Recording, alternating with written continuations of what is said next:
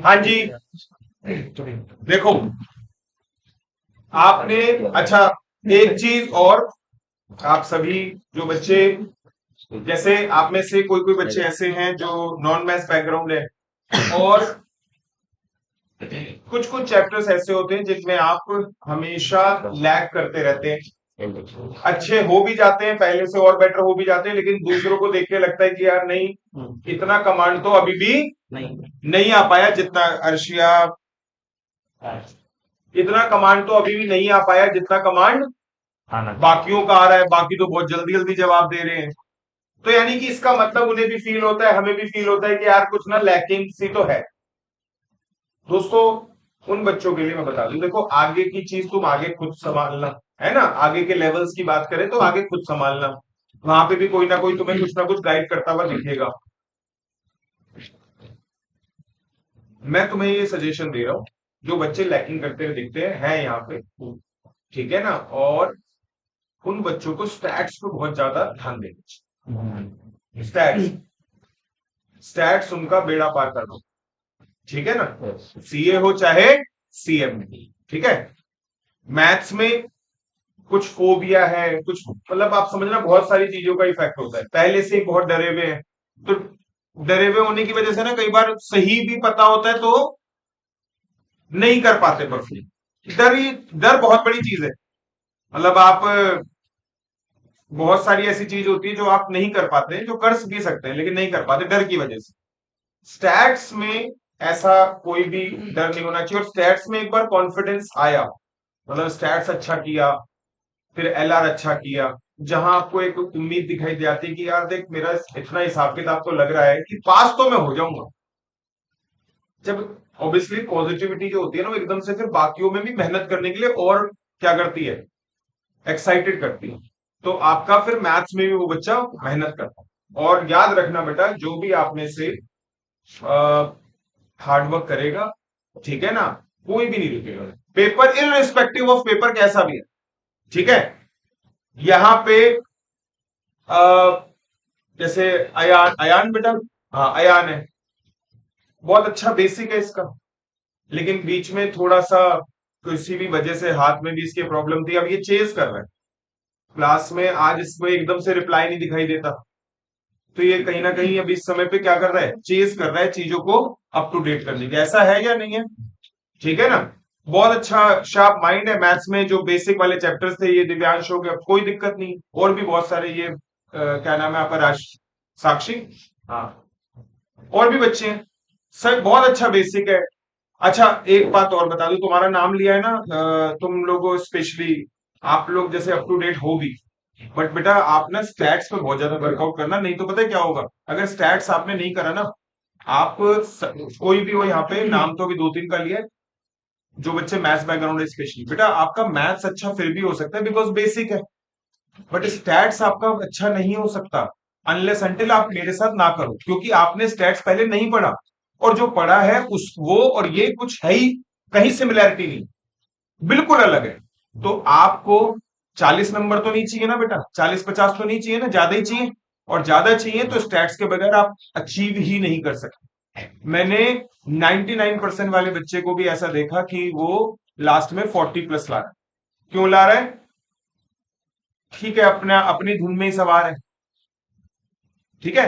हमें यार हम बहुत जल्दी जज कर पाते हैं, क्योंकि दिन रात यही काम करते रहते हैं ना, तो बहुत जल्दी जज कर पाते हैं, जैसे डॉक्टर है वो दो सिम्टम बताओ एकदम से बता देता है ना कि तुम्हें क्या प्रॉब्लम लग रही है इस समय पे, ऐसे ही हमें भी मतलब पता चल जाता है कि कोई कोई बच्चा इतना 99% वाला होता है, तो ऐसा लगता है कि ये बच्चा ऐसा कैसे हो सकता है कि ध्यान ना दे रहा हो क्लासेस में, या मतलब पढ़ नहीं रहा घर पे, लेकिन एक्चुअल में वही हो कि वो पढ़ नहीं रहा हो।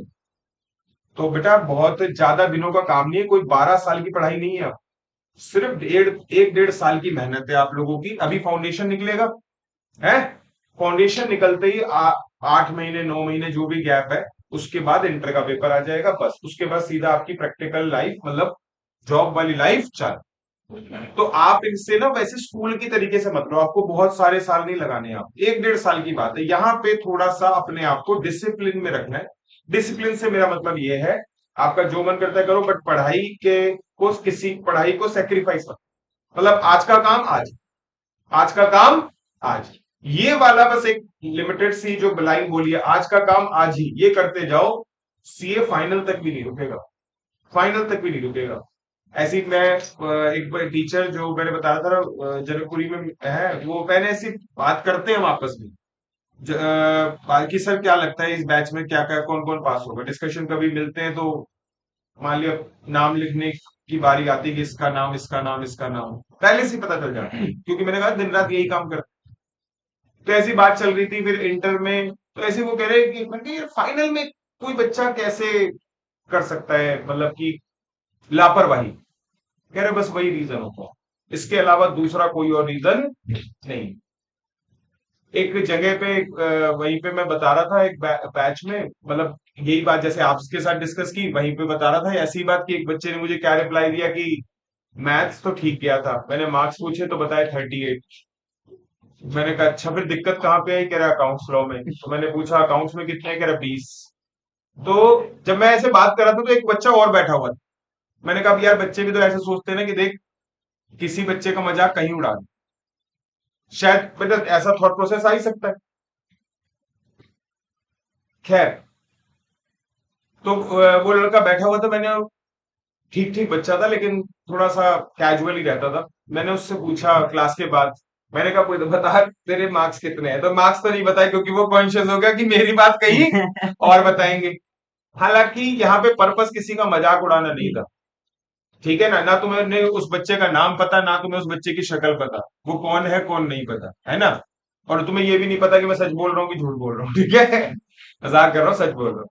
लेकिन बात ये कि तुम्हें एक मैसेज देना था, क्या बोला, तुम्हें एक मैसेज देना था कि अगर कोई बच्चा ऐसा था जो अनसक्सेसफुल रहा, उसका थॉट प्रोसेस देख लो आपको, कि उसे यही रियलाइज नहीं हुआ कि उसके 4 सब्जेक्ट में 100 से भी कम है, और वो कह रहा है इसमें अच्छा गया इसमें खराब गया, है ना।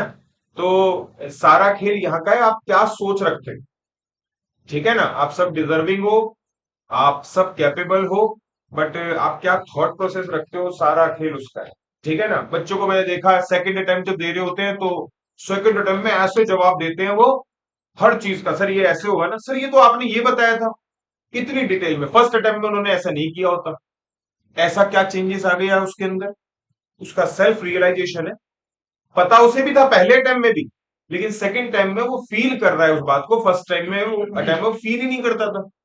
और बेटा मैं सही बताऊं, ज्यादा गलतियों का समय नहीं होता, अभी आप 18 19 20 जितने भी साल के हो, अगले आगे 10 साल तुम्हारे इतने फास्ट निकलेंगे, इतने फास्ट निकलेंगे कि तुम्हें पता ही नहीं चलेगा कि कब तुम एकदम से एज ग्रुप में आ गए।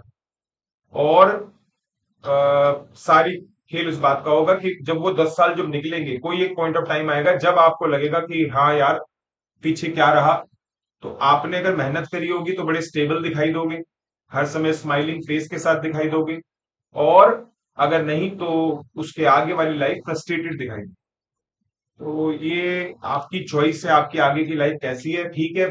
पेरेंट्स ने भी बहुत बोला इस साल और पढ़ ले, इस साल और पढ़ ले, बस 10th में अच्छे मार्क्स लिया, फिर 12th में 12 साल, मुझे पता है हमें भी पागल बनाया गया था, ठीक है ना, लेकिन बचे वहां तो चलो ठीक है, मोटिवेट करके आपको आगे बढ़ाया गया था, अब तो प्रैक्टिकल बात है, 1 1.5 साल की बात है, उसके बाद हमें किसी का भी आपके ऊपर कंट्रोल नहीं। सीए फाइनल में ना तुम्हारे पेरेंट्स बोलेंगे पढ़ ले, नहीं बोलेंगे, यकीन मान, नहीं बोलेंगे, ठीक है। फाउंडेशन इंटर बस 2 दिन 2 लेवल, पेरेंट्स तक भी नहीं बोलेंगे फाइनल में पढ़ ले, अबे तुझे नहीं दिख रहा कि आज तू क्या कर रहा है, और एक पेपर का लेवल क्लियर करने के बाद तेरा पोजीशन क्या होगी, तेरी पूरी फैमिली में तेरी रिस्पेक्ट कैसी होगी, है, सबको पता है। तो जिस बच्चे को इतनी सारी बातें पता है उसे कोई समझाने का फायदा नहीं होता, उसे खुद समझ में आए तो अच्छी बात है, नहीं आए तो नहीं, है ना। लेकिन अभी आप इस एज ग्रुप के हो कि हमें लगता है कि शायद हमारे कुछ 5 10 मिनट बोल देने से शायद कोई बच्चा मोटिवेट हो जाए, है, और वो अपने आप को सही ट्रैक पे लेके जाए। तो बस इस पर्पज से हम डेली डेली आपको ये इस तरीके से कन्वे करते हैं, ठीक है। फिलहाल यहां पे हमें आज चैप्टर चालू करना था, चैप्टर का नाम है इंडेक्स नंबर, और बहुत आसान चैप्टर है बेटा, सीए और सीएम में दोनों, ठीक है, सीए और सीएम में दोनों।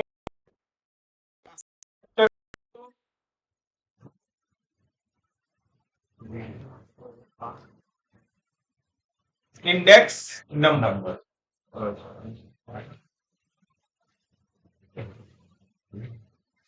ठीक है, अगर सीधी सीधी बात करूंगा, ज्यादा घुमा फिरा के नहीं करता, क्योंकि आप लोगों को भी सीधी सीधी बात ही समझ में आती है। इंडेक्स नंबर का मतलब अगर कोई पूछे तो आपका जवाब होगा measure of finding price rise. Measure of finding price, ठीक है ना। अच्छा,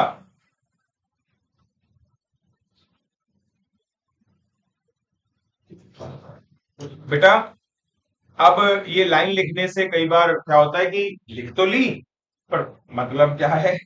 मैं पूछूंगी इंडेक्स नंबर, तुमने भी रिपीट कर दिया measure of finding price rise. मैंने कहा समझाओ तो सही, क्या कहना चाह रहे हो, आखिर कहना क्या चाहते हो। तो इसके लिए आप लोगों को यहाँ पे मैं बता देता हूँ। मेजर वर्ड का मतलब बेटा जी पहले भी कई बार बताया हुआ है, एक बार दोबारा सुन लो। क्या? फॉर्मूला।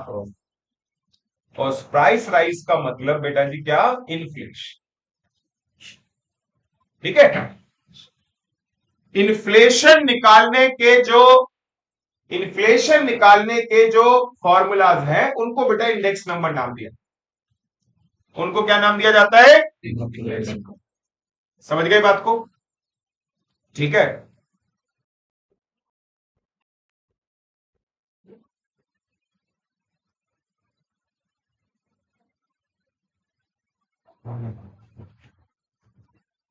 ठीक है।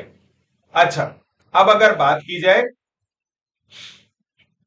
तो सीधा हम डिस्कस करते हैं अगली चीज, टाइप्स ऑफ इंडेक्स।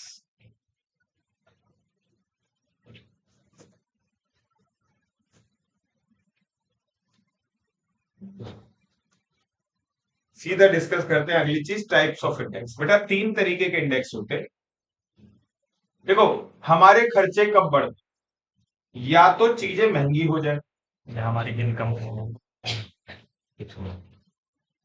इनकम इसने एक बोला इनकम बढ़ने से भी हमारे खर्चे बढ़ते हैं। ये आप समझना, इनकम बढ़ेगी तो खर्चे बढ़ते हैं, या इनकम बढ़ेगी तो हम ज्यादा खर्च करना शुरू कर देते हैं।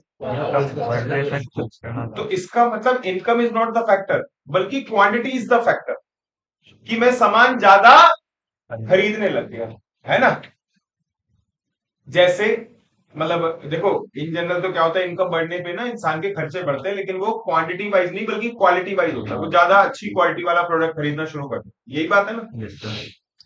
लेकिन वैसे अगर देखा जाए, जैसे इलेक्ट्रिसिटी, इलेक्ट्रिसिटी में कोई क्वालिटी थोड़ी होती है। इलेक्ट्रिसिटी तो एक ही है ना बेटा, बीएसईएस दे, एनडीपीएल दे, या यूपी की इलेक्ट्रिसिटी अलग है, अगर स्ट्रांग है उसकी इलेक्ट्रिसिटी और दिल्ली की इलेक्ट्रिसिटी वीक है, ऐसा तो नहीं है ना। तो यहाँ पे अगर मान लिया मैं कहता हूँ कि अगर आपकी इनकम अभी कम है तो इलेक्ट्रिसिटी का बिल कैसा आ रहा है? कम आ रहा है। कम। अब इनकम अगर बढ़ गई तो इलेक्ट्रिसिटी का बिल ज्यादा आ रहा है, तो उसके पीछे इलेक्ट्रिसिटी महंगी थोड़ी हो गई। Price is not the criteria, the criteria is consumption. आपने पहले एक एसी लगा रखा था, आपने कहा हर घर में एसी, पूरे घर के बदल डालूंगा, ठीक है। तो यहां पे आप जरा देखिए, खर्चे इन्फ्लेशन के दो ही फैक्टर होते हैं, एक होता है दोस्तों प्राइस, और दूसरा क्या होता है आपका? क्वांटिटी। तो बेटा इंडेक्स नंबर भी दो ही होते हैं, एक होता है प्राइस इंडेक्स।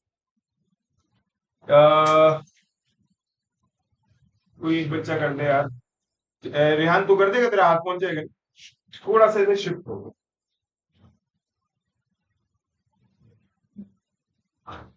वापस लेके जाओ बस बस छोड़ दे, थैंक यू।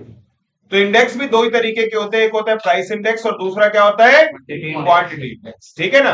प्राइस इंडेक्स क्या बताता है? प्राइस राइज बताता है, और क्वांटिटी इंडेक्स क्या बताता है? Increase in consumption. अच्छा, अगर कुल मिला के ओवरऑल इफेक्ट देखना है, तो ओवरऑल इफेक्ट देखने के लिए एक और टाइप का इंडेक्स बना दिया गया, जिसका क्या मतलब होता है? Value index. क्या मतलब होता है? वैल्यू। दोस्तों ये भूलना मत कभी भी, वैल्यू का मतलब होता है एक्सपेंडिचर। देखो पढ़ाई इस समय पता है कैसे करे करो, जैसे कभी कोई रास्ता बता रहा हो और आप बड़े रास्ते को ध्यान से देख रहे हो कि कल को मुझे इंडिपेंडेंटली यही रास्ते से आना है जाना है। मान लो कोई पर्सन है आपको बता रहा है कि भाई कई नई जगह शिफ्ट हुए हो, या किसी एग्जामिनेशन सेंटर पे अगर आप जा रहे हो, आपके पेरेंट्स ने कहा चल एक बार मैं चलता हूँ तुम्हारे साथ, है ना। तो ऐसे में आप बड़े ध्यान से देख रहे होते हो, हर चीज नोटिस कर रहे हो। ऐसे ही इस समय पे पढ़ाई को इस समय, ठीक है। और यकीन मानना, हमने भी ऐसा ही किया जो 12th तक नहीं करते थे हम। 12th के बाद जब हम इसकी पढ़ाई कर रहे थे, खासतौर से सीए फाउंडेशन की, तब हमने ऐसा किया। और उसके बाद से हमारे पढ़ने का स्टाइल भी चेंज हुआ, उसका इफेक्ट भी आया, और पढ़ा भी इसीलिए रहे। बीकॉम ऑनर्स के अंदर मैंने आपको बताया हो या नहीं बताया हो, मैंने फाउंडेशन करा, फाउंडेशन के बाद बीकॉम ऑनर्स था इनकम टैक्स के अंदर, जिसमें आज सबसे ज्यादा बच्चे फेल हो रहे होते हैं इंटर के अंदर। सी इंटर में सबसे ज्यादा फेल किसमें होते हैं? इनकम टैक्स के अंदर। मेरे बीकॉम ऑनर्स में 50 में से 50, not a single marks. Business maths में 50 में से 50। तो वो सारा खेल ऐसा नहीं था, मैं पहले भी मैं ही था और बाद में भी मैं ही था, बस सेल्फ रियलाइजेशन वाली बात है। उसके बाद सीए फाउंडेशन के बाद एक अलग तरीके से पढ़ने का समझ में आया, मतलब बिल्कुल माइन्यूट से माइन्यूट बात पता हो, सब चीजें अप टू डेट हो। क्लास में अगर कोई क्वेश्चन पूछा जाए तो कोशिश होगी मुझे तो आता ही है ना, सबसे पहले मैं ही बता दूं। It's not because of show off, self satisfaction. क्या हम क्लास में जवाब देते हैं सिर्फ शो ऑफ करने के लिए देते हैं? किसके लिए देते हैं? Self satisfaction. तो वो सेल्फ सेटिस्फेक्शन की वजह से हमने पढ़ाई फिर उस तरीके से करनी शुरू कर दी। हमें पता था कि हमारा ये कि कोई चीज कितनी स्ट्रांग है, कोई चीज कितनी वीक है।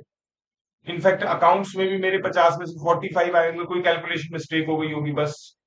तो वो मैं बता नहीं रहा, क्यों? क्योंकि 50 में से 50 बताने वाली बात है, 50 में से 45 भी ठीक ही है वैसे तो। आ, हर चीज के लिए बेटा तैयार रहना चाहिए। जैसे अभी क्या था, थोड़ा सा मेरे को भी कई बार एक चीज लगती है कि सिर्फ मैथ्स हम पढ़ा रहे हैं, क्योंकि मैंने मैथ्स ही पढ़ाना शुरू किया था, जबकि I was very good in accounts and income tax also at that time. अब तो भूल गए भैया सब कुछ, ठीक है। तो प्लान नहीं थे, जॉब करने की सोच रखी थी, लेकिन एकदम से जो मेरे टीचर थे उन्होंने मुझे बुला के कहा कि तू पढ़ा ले, पढ़ा ले। तो साथ में एक और दोस्त था, वो अकाउंट्स पढ़ाना चाहता था। तो हमने वहां पे थोड़ा सा ये दिमाग नहीं लगाया कि ज्यादा बेटर कौन सा होगा पढ़ाना। तो हर चीज के लिए मेंटली प्रिपेयर रहना चाहिए, नहीं तो फ्यूचर में उससे थोड़ा सा क्या होता है, सेटबैक तो आता। बाद में फिर मैंने ग्रेजुएशन लेवल पे कॉस्टिंग एफएम पढ़ाया, ठीक है ना। हर बार कम से कम 2 से 3 बच्चों के मार्क्स 75 आउट ऑफ 70, हर बार, जितने साल पढ़ाया हर बार, ठीक है ना। तो बस आप लोगों को मैं अपनी बात नहीं गिनवाना चाहता, मैं ये मैसेज कन्वे करना चाहता हूं कि भैया अगर सही चलोगे तो लाइफ में सही होगा, गलती करोगे तो गलत होगा। और बाद में फिर पीछे ठीक करने वाला कोई काम नहीं, आगे बढ़ते जाओ। फिलहाल देखिए, यहाँ पे अगर हम बात करें तो वैल्यू इंडेक्स का मतलब, वैल्यू का मैंने मतलब क्या बताया? एक्सपेंडिचर। और एक्सपेंडिचर का मतलब होता है दोस्तों क्या? प्राइस मल्टीप्लाई बाय क्वांटिटी, ठीक है। तो ये 3 टाइप के इंडेक्स होते हैं, प्राइस इंडेक्स, क्वांटिटी इंडेक्स और वैल्यू इंडेक्स, ठीक है। अब सबसे पहले हम बात करेंगे किसकी? प्राइस इंडेक्स की। एक ऐसा चैप्टर है बेटा, साथ के साथ ही प्रिपेयर करवा दूंगा आपको, ठीक है ना। साथ के साथ ही प्रिपेयर करवाऊंगा, सारे मुश्किल क्वेश्चन क्लास में करवाऊंगा, आसान क्वेश्चन तो फिर घर पे करने देने बनते ही है। प्राइस इंडेक्स जिसको P01 से रिप्रेजेंट करते हैं, जैसे अर्थमेटिक मीन को किससे रिप्रेजेंट करते हो? एक्स बार। प्राइस इंडेक्स को किससे रिप्रेजेंट करोगे? P01। अच्छा, यहाँ पे P01 मतलब अगर कोई बोले कि सर इसका P01 ही बोलेंगे, हाँ बोलेंगे, वैसे अगर बोलना चाहो तो ये भी बोल सकते हो, price index of year 1 on the basis of year 0। दोस्तों, जो आपका ईयर 1 मतलब करंट ईयर, ईयर 1 मतलब करंट ईयर जिसका हम इंडेक्स नंबर निकाल रहे हैं। और करंट ईयर को बेटा या तो 1 से रिप्रेजेंट करोगे या एन से रिप्रेजेंट करोगे। माइंड दैट एन से भी रिप्रेजेंट किया जा सकता है। और अगर बात की जाए ईयर 0 की, तो ईयर 0 मतलब बेटा जी आपका बेस ईयर। ईयर 0 मतलब आपका बेस ईयर। ये सिर्फ बेस ईयर से ही रिप्रेजेंट किया जा सकता है। और यहां पे नोट करके जरूर लिखेंगे हम कि base year serve as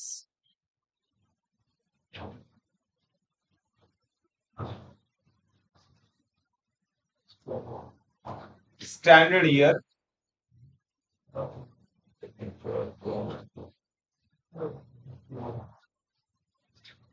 for comparison. Base year serve as standard year for comparison. बेटा स्टैंडर्ड ईयर का मतलब होता है जिसमें कोई अबनॉर्मैलिटी ना हुई। स्टैंडर्ड ईयर का मतलब होता है जिसमें कोई अबनॉर्मैलिटी ना हुई हो। अबनॉर्मैलिटी का मतलब है ना कोई बाढ़ आई हो, ना कोई सूखा पड़ा हो, ना कोई अर्थक्वेक, ना कोई सुनामी, ना कोई पेंडेमिक लाइक कोविड, ना कोई वॉर हुई। अब देखो ना, बीच में 2023 के एंड तक इन्फ्लेशन बहुत ज्यादा थी। कैसे कैसे अब कंट्रोल हुई है दोबारा से। अब देखो वो ट्रम्प प्रेसिडेंट बन गया है, उसका भी क्या इफेक्ट आएगा कुछ आइडिया नहीं है। लेकिन जो जो उसने बातें बोली है उसके हिसाब से तो इन्फ्लेशन और बढ़ेगी। क्या बोला? उसके हिसाब से तो इन्फ्लेशन और बढ़ेगी। जो उसने बोला है कि मैं ऐसा ऐसा करूंगा, उससे क्या होगा? इन्फ्लेशन बढ़ेगी, कम नहीं। ठीक है। तो सबसे पहली बात, अब जैसे 2023 के एंड में एकदम से इन्फ्लेशन बहुत ज्यादा हाई हो रही थी, वाकई में फील हो रहा था। तो उसके पीछे का रीजन था, एक तो कोविड का इम्पैक्ट तक तो आ ही रहा था, साथ के साथ फिर वो यूक्रेन और रशियन वार। क्योंकि पूरा का पूरा यूरोप जो है, उनको ऑयल और गैस कौन सप्लाई करता है? रशिया। पूरा का पूरा यूरोप जो है उसको ऑयल और गैस कौन सप्लाई करता है? रशिया। रशिया सप्लाई करता है। तो अच्छा, सिर्फ यही एक रीजन नहीं है। साथ के साथ क्या होता है, जिस एरिया में वॉर हो रही होती है वो सी रूट है, वहां से समुद्री जहाज निकलते हैं। अब वो रुक जाएंगे तो ऑटोमेटिकली उन्हें कहीं ना कहीं से क्या करना पड़ेगा? घूम के आना पड़ेगा। घूम के आना पड़ेगा तो उससे क्या बढ़ती है? ट्रांसपोर्टेशन कॉस्ट बढ़ती है। ट्रांसपोर्टेशन कॉस्ट का इफेक्ट, और देखो सीधी सी बात है, होल्स मैं आपको बताऊं, अगर 10 पैसे बढ़ते हैं, 10 पैसे कॉस्ट में बढ़ता है, तो होलसेलर सीधा कहता है 1.5 रुपए बढ़ा। 10 का 1.5 रुपए बढ़ा। ठीक है। और जब 1.5 रुपए बढ़ता है होलसेलर के पास से, तो रिटेलर कहता है 15 रुपए बढ़ा। कितना फर्क! याद रखना, कोई भी जो प्रोडक्ट बेच रहा है 50% से मार्जिन में कम कोई बेचता ही नहीं। मतलब कोई भी चीज समझ लो, तुम 10 रुपए की खरीद रही हो तो एक्चुअल में वो कितने की होगी? 5 की। ये मत सोचना टॉफी की बात कर रहे हैं, किसकी बात कर रहे हैं, ऐसे नहीं कह रहा। मतलब मेन मेन मेन आपका, जैसे एक सब्जी वाला है, सब्जी वाला अगर आपको कोई चीज 40 रुपए किलो बेच रहा है, तो पक्की बात है मिनिमम ज्यादा से ज्यादा वो कितने की लाया होगा? 20। 50% का मार्जिन कोई रखता है। आप एक शर्ट खरीद के लाते हो, 2,000 रुपए की शर्ट है, पक्की बात है सामने वाले की कॉस्टिंग कितनी है? 1,000।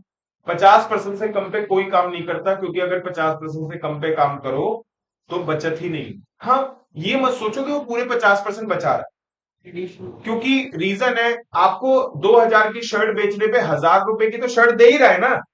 लेकिन बेटा आपके लिए एक शोरूम खोल के बैठा हुआ है ना, इतने सारा स्टाफ लगा रखा है, इलेक्ट्रिसिटी, वो सब भी तो उस 1,000 में से ही है। तो ऐसा मत सोचो कि वो अपने घर पे 1,000 रुपए लेके जा रहा है। शायद वो अपने घर पे 100, 200, 300 ही लेके जा रहा हो, लेकिन आपसे वो 1,000 का सामान सीधा कितने का बेच रहा है? तो मेजोरिटी ऑफ द प्रोडक्ट कुछ भी ले ले, ठीक है ना। ये चीज, ये अभी बहुत सस्ती हो गई है। मैंने इससे भी छोटा राइटिंग पैड 8,000 का खरीदा और ये शायद 5,000 का खरीदा। सही बता रहा हूँ, इसकी कॉस्टिंग चाइना से आता है, चाइना का ही है, मुझे मुझे लगता है, जहां तक उम्मीद है इंडिया में तो नहीं बनता होगा। मुझे ऐसा लगता है कि सही बताऊं तो चाइना से आता है स्पेशली, तो ये इसकी जो कॉस्टिंग होगी 1,000 रुपए से भी कम, 700-800 का बनता होगा बस मैक्सिमम। लेकिन रीजन है कि पहले चाइना से आ रहा है, कुछ ना कुछ इम्पोर्ट ड्यूटी भी लगती है। और सीधी सी बात है, जो मैंने बताया ना, जो बंदे ने जैसे 5,000 का बेचा है, पक्की बात है उसे मिनिमम, सॉरी मैक्सिमम, मिनिमम नहीं मैक्सिमम कितने का, 2500 या उससे कम। क्योंकि भाई देख, ज्यादा नहीं लेकिन घर में देखा कुछ लोगों को बिजनेस करते हुए, और सबका मैंने देख लिया 50% से नीचे कोई काम नहीं करता। हाँ, 50% का मतलब ये नहीं कि बहुत कमा रहे।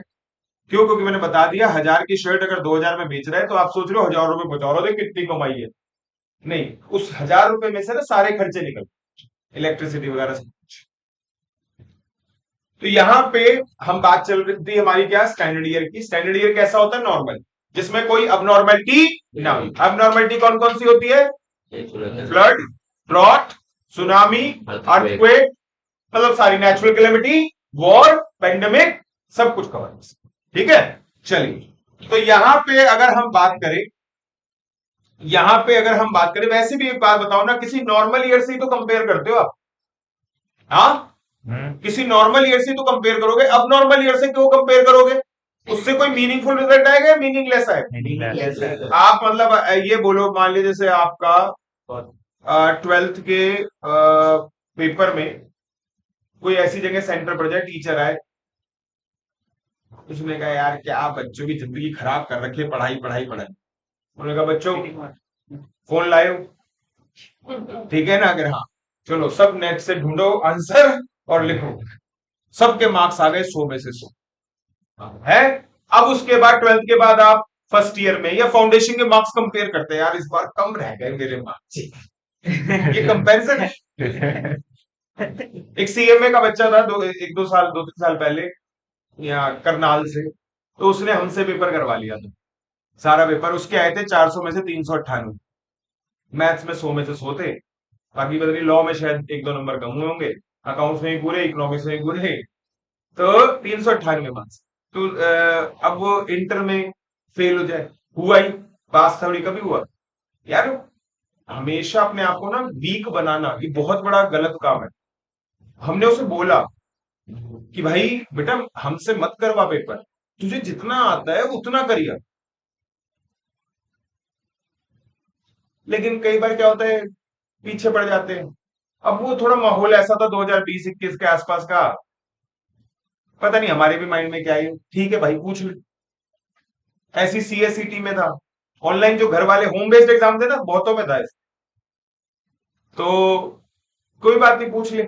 ऐसी ग्रेजुएशन का एग्जाम था, ग्रेजुएशन जो 2020 वाला था, वो बच्चों को शीट भर के भेजनी थी। वो शीट किसने सॉल्व करी? हमने, ठीक है ना? तो एक कटिंग भी नहीं है उसमें, क्योंकि क्वेश्चन कौन से आए पेपर में, वही जो हम करवाते हैं। तो हमने, लेकिन जैसे वो सीएमए वाला बच्चा था, हमने बोला कि मत करवा। घर वाले खुश हो गए होंगे, बताओ हमारा बच्चा ये ऐसा ऐसा कौन सा अवतार पैदा हो गया 1 साल में। इसकी तो नर्सरी में भी इतने नहीं आए जो सीएमए फाउंडेशन में लिया है ये। सीए वालों ने करा ही नहीं कभी ऐसा। उन्होंने कहा, उन्होंने 2 अटेम्प्ट वो कर दिए, डिले कर दिए थे। 2020 में जब कोविड वाला सिस्टम था, तो 2020 में एग्जाम ही नहीं दिया उन्होंने, सीधा 2020 के दिसंबर में जब चीजें यूटिलाइज हो गई थी, तब एग्जाम लिया। फिर 2020 में कुछ लोगों ने कहा कि हमें तो कोविड है, हम कैसे आए सेंटर, तो जनवरी में एक और अटेम्प्ट रख दिया कि आप जो दिसंबर नहीं दे पाए वो क्या दे, जनवरी दे। लेकिन उन्होंने होम बेस वाला सिस्टम नहीं रखा, क्योंकि पता था उन्हें होम बेस में क्या होना है, जो हमने करके दिखाया, बहुत कर देते। और लेकिन बस ये मुझे पता क्या था, अबे वो सीएम में फाउंडेशन, क्योंकि उसका रुक गया वहीं पे, वो एक तरीके से एक बार 398 आ गए, उसके बाद वो फिर कुछ कर ही नहीं पाया। तो इसीलिए कभी हम ऐसा कोई होता भी है तो हम मना ही करते हैं, क्योंकि रीजन है भाई देख, तू मार्क्स है हमारे मार्क्स। तो आप ऐसे, मैंने बता रहा था कि इसीलिए मैंने एग्जांपल दिया कि वो बच्चा सीए इंटर में गया, यार मैं तो फेल ही हो गया, फाउंडेशन में तो मैंने धूम मचा दी थी। तो आप समझो ये कंपैरिजन कैसे है, मीनिंगफुल है कि मीनिंगलेस है? मीनिंगलेस है ना? चलो, बेस ईयर का मीनिंग आप समझ, अब इधर देखिएगा बेटा, एक चीज और लिख लेते हैं, वो ये कि इंडाइसिस, बेटा इंडाइसिस ना इंडेक्स नंबर का प्लूरल फॉर्म है। इंडाइसिस, या मैं को लिख ही देता हूं, that is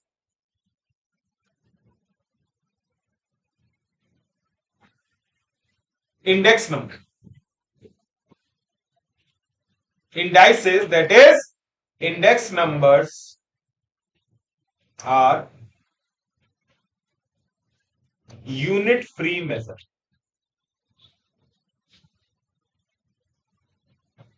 are unit free measure. बेटा यूनिट फ्री मेजर आपको पता है क्या मतलब होता है?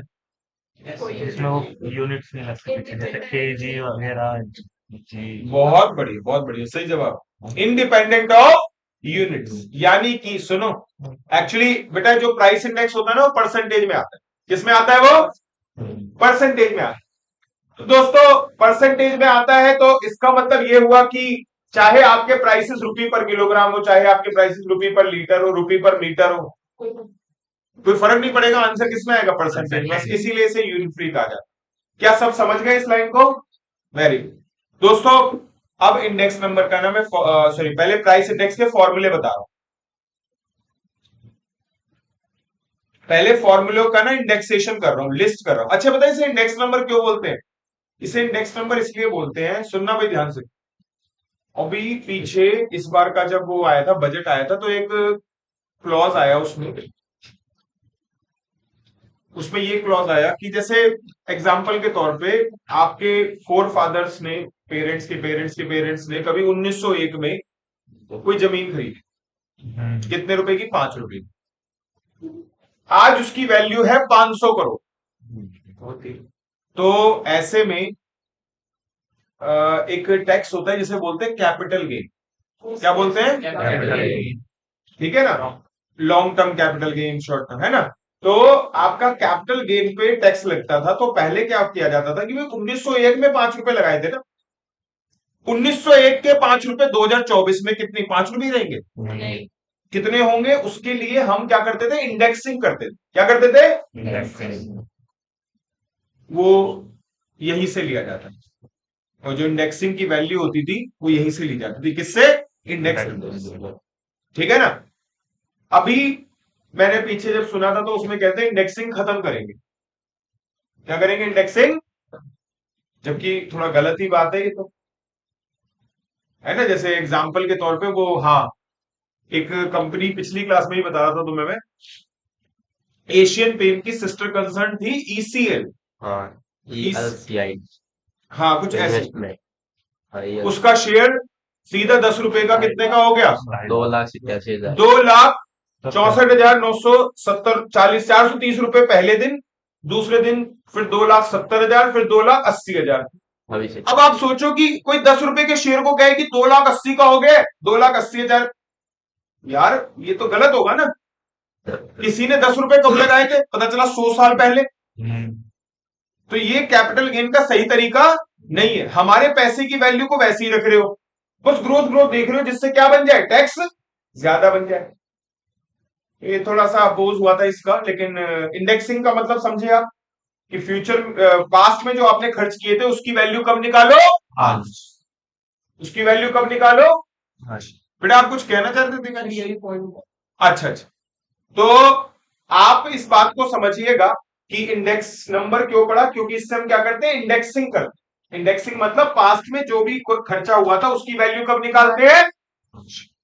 दोस्तों अच्छा सुनो, एक मिनट, बहुत अच्छी बात माइंड में आई है। हम पास्ट में जो पैसा खर्च किया था, इन्वेस्ट किया था, उसकी वैल्यू आज निकालने के दो तरीके हैं। जीवांश बड़ी अच्छी बात है, सुनिए। एक तरीका है रेट ऑफ इंटरेस्ट, जो हमने कहां पे पढ़ा? एनयूटी में। एनयूटी में जो CAF निकाल, 1 रुपए की इन्वेस्टमेंट की फ्यूचर में वैल्यू, वो था किसके हिसाब से? इंटरेस्ट के हिसाब से। और यहां पे जो सीख रहे हो ये किसके हिसाब से? इन्फ्लेशन के हिसाब से। किसके हिसाब से? समझ लो, दो अलग बातें। ठीक है, तो आपका, खैर मैंने आपको ये बात डिस्कस करी, और इंडेक्सेशन क्यों नाम पड़ा इसका वो भी बता दिया। अब मैं इसके ना फॉर्मूले के नाम उसके शुरू करूंगा। और चैप्टर ऑलमोस्ट ऐसा है कि आज की क्लास में शुरू होगा, मोस्ट प्रोबेबली नेक्स्ट क्लास में आपका फिनिश। तो अब जरा देखिएगा यहाँ पे आपका, और बहुत ज्यादा चैप्टर बचे भी नहीं है एक तरीके से देखा जाए तो। सुन लो भाई, ये है प्रोबेबिलिटी है, थ्योरेटिकल डिस्ट्रीब्यूशन है, बता रहा हूँ अभी मैं। सुन लो पहले, अरे रुक जाओ यार, वो रिलेशन फंक्शन सुन लो मेरी बात एक बार। Relation function, limits, continuity, differentiation, integration last में करवाऊंगा। मुझे नहीं पता किसको कितना आता है। और यहाँ पे जो बच्चे मैथ्स बैकग्राउंड है, अगर मुझे बार बार बोलोगे लिमिट्स, कंटिन्यूटी या रिलेशन फंक्शन, भैया देख सीधी सी बात है, नॉन मैथ्स भी है। तो क्या होता है, वो थोड़े अजीब से चैप्टर है, रिलेटेबल नहीं है ना। क्या होता है, जो बच्चे नॉन मैथ्स है उनका ना कॉन्फिडेंस डाउन जाता है उससे। तो मैं एक बात बताऊं, 95 नंबर का सिलेबस करवा दूंगा पहले, 5 नंबर का आखिरी में वो करवाऊंगा। अपनी तरफ से पूरी मेहनत करूंगा, कोशिश करूंगा कि बच्चे को अच्छे से कन्वे हो। नहीं हुआ, नहीं इंटरेस्ट मेंटेन हो रहा, तो कम से कम क्या होगा, 5 नंबर का स्किप कर देगा। 95 तक का तो ठीक होगा। अब मैंने वो लिमिट्स कंटिन्यूटी पहले करवा दिया, एकदम से किसी का जोश पूरा क्या हो गया, डाउन, वो बाकी के चैप्टर्स भी नहीं करेगा। तो ये वजह है कि मैं अभी नहीं करवा। समझ गए? चलिए, और ये तो सच बात है यार, डिफरेंशिएशन एक बात बताना, तुमने पूरे साल पढ़ा। इनसे मैं जो बच्चे नॉन मैथ्स है उनसे मैं कहूँ बस आज फॉर्मूले बताए, आओ क्वेश्चन करें। तो सोच के देख, एक तरीके से उनके साथ नाइंसाफी सी बात है, तो नाइंसाफी करनी तो पड़ती है, लेकिन क्या करेंगे, लास्ट में कर देंगे बेटा, देखो।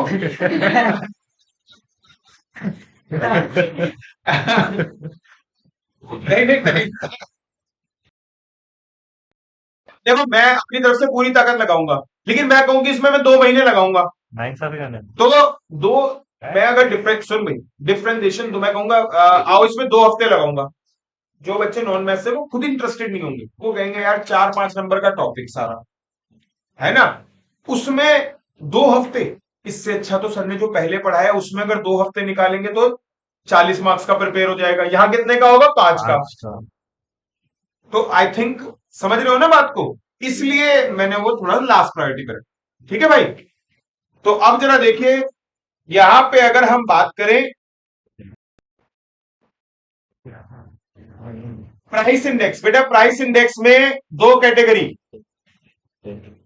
एक सिंपल और एक वेटेड।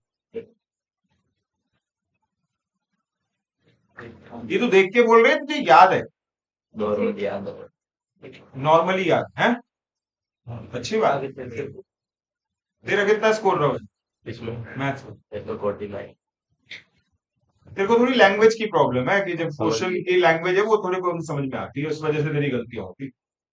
सिंपल और वेटेड, और सिंपल को क्या बोल सकते हैं, अनवेटेड। दोस्तों सिंपल में तो इस बार ना थोड़ा क्वेश्चंस की प्रैक्टिस ज्यादा कर, वो लैंग्वेज वाली प्रॉब्लम ठीक हो जाती है।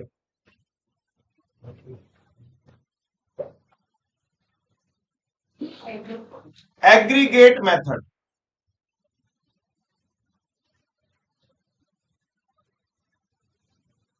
और average of price relief.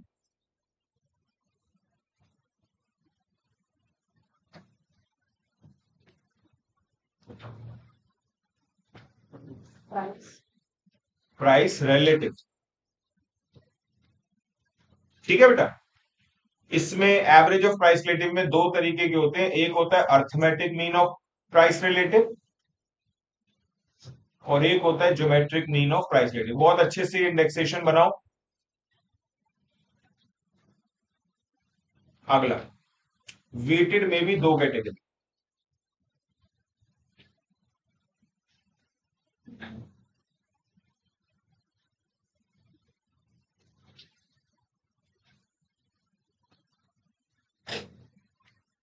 Aggregate method,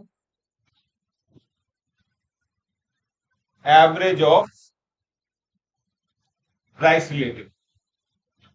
अच्छा, ये जो वेटेड एग्रीगेट मेथड है, क्या पढ़ा मैंने, बताओ, वेटेड एग्रीगेट मेथड, इसमें ना 7 फॉर्मूले होते हैं, 7 भाई हैं। और आपने इंडेक्स नंबर ना 11th क्लास में पढ़ा हुआ है, बस 2 फॉर्मूले पढ़े। तुमने नहीं पढ़ा वो एक अलग बात होगी, हो सकता है तुम्हारा सीबीएसई रहा है वैसे। RBS Rajasthan board. तो स्टेट बोर्ड में भैया हो सकता है कोर्स डिफरेंट हो। में था ना। नहीं, ये स्टैट्स में था, इको के साथ स्टैट्स था तुम्हारे में। नहीं मीन मीडियम बोर्ड कभी नहीं पढ़ा है? नहीं, मीन मीडियम पढ़ा है ना, पहले पढ़ा था 10वीं में मीन मीडियम बोर्ड। और उसके बाद 11th में 11th में मेरे पास इको के साथ स्टैट्स? आर्ट्स में था पहले में। अरे भैया कहीं तो रुक जाओ। लेस्बियस पाश्चे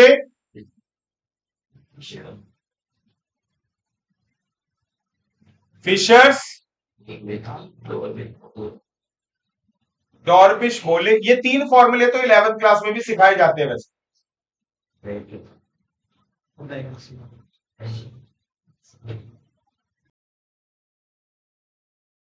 फिश बोले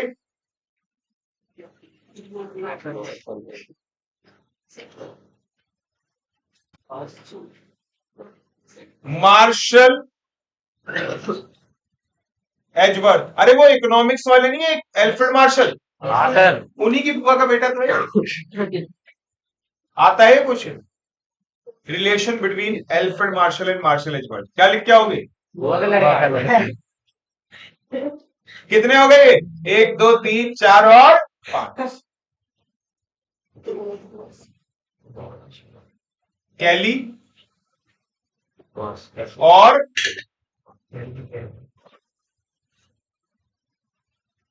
EDGEWORTH, मार्शल एजवर्थ। उसके बाद कैली और बॉच, ये 7 भाई हैं। ठीक है, एक फिल्म में डायलॉग था सन्नी देओल का, सातों भाइयों को मारूंगा एक साथ मारूंगा, चुन चुन सातों को साथ मारूंगा एक साथ मारूंगा। तुम्हें सातों के सातों एक साथ याद करवाएंगे, ठीक है। और यहां पे average of price relative, arithmetic mean और ज्योमेट्रिक, ये मेन है। इतना याद होने के बाद फिर ऑलमोस्ट फिर सारा हो ही जाए। ये गेट लास्ट में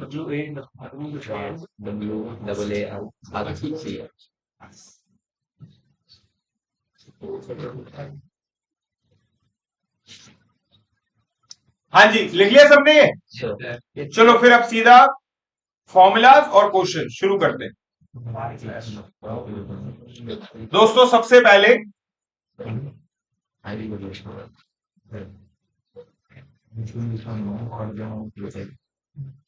सिंपल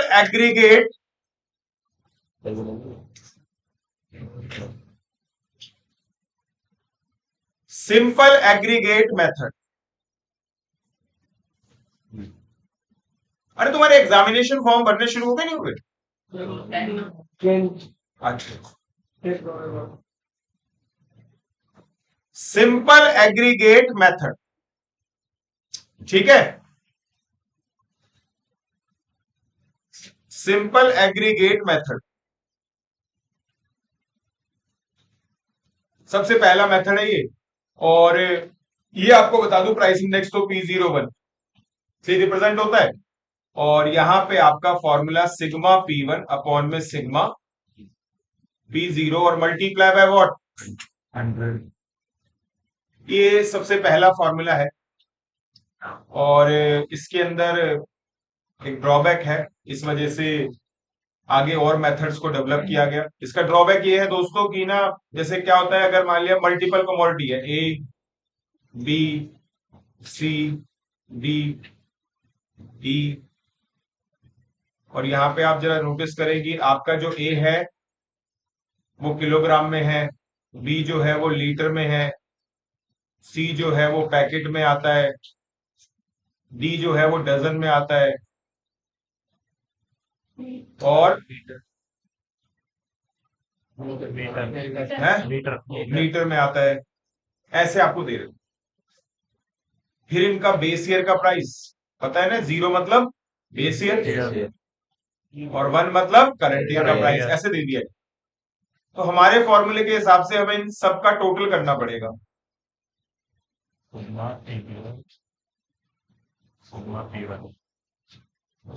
है ना।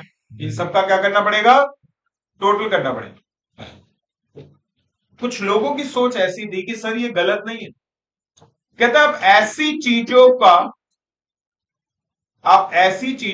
टोटल, आप ऐसी चीजों का टोटल कैसे कर सकते हो कंपैरिजन करने के लिए जिनका यूनिट ऑफ मेजर क्या हो, अलग अलग। सही बात है ना? कहां किलोग्राम, कहां मीटर, कोई कोई मतलब कैसे कर रहे हो आप ये ऐड, है ना?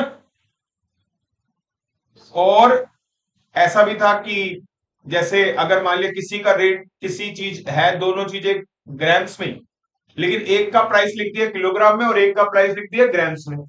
अब जैसे मान लिया घर में गेहूं या चावल या आटा जिसे कहते हैं वो किलोग्राम्स में आता है, और घर में जो केसर आता है वो कैसा आता है, 1 ग्राम 2 ग्राम, है ना? तो ऐसे में उससे भी इन्फ्लेशन पे मतलब इफेक्ट आ जाता है।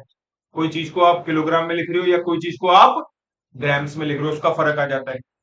तो एक स्कूल ऑफ थॉट ये है कि simple aggregative method is the very first method but it is not the best method. और बेस्ट मेथड क्यों नहीं है बता दिया आपको। अगर मल्टीपल कमोडिटी का केस आ जाए या चीजों को किलोग्राम में लिखे तो इन्फ्लेशन अलग आ रहा है और ग्राम में लिखे तो इन्फ्लेशन अलग आ रहा है, तो इस वजह से सब लोगों ने कहा कि यार ये थोड़ा सा ड्रॉबैक है। ठीक है, अब प्लीज ध्यान दो। तो एक नया मेथड डेवलप किया गया और वो है आपका क्या,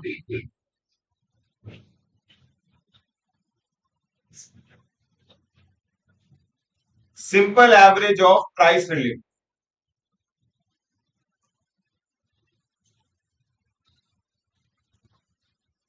क्या है? Simple average of price relative.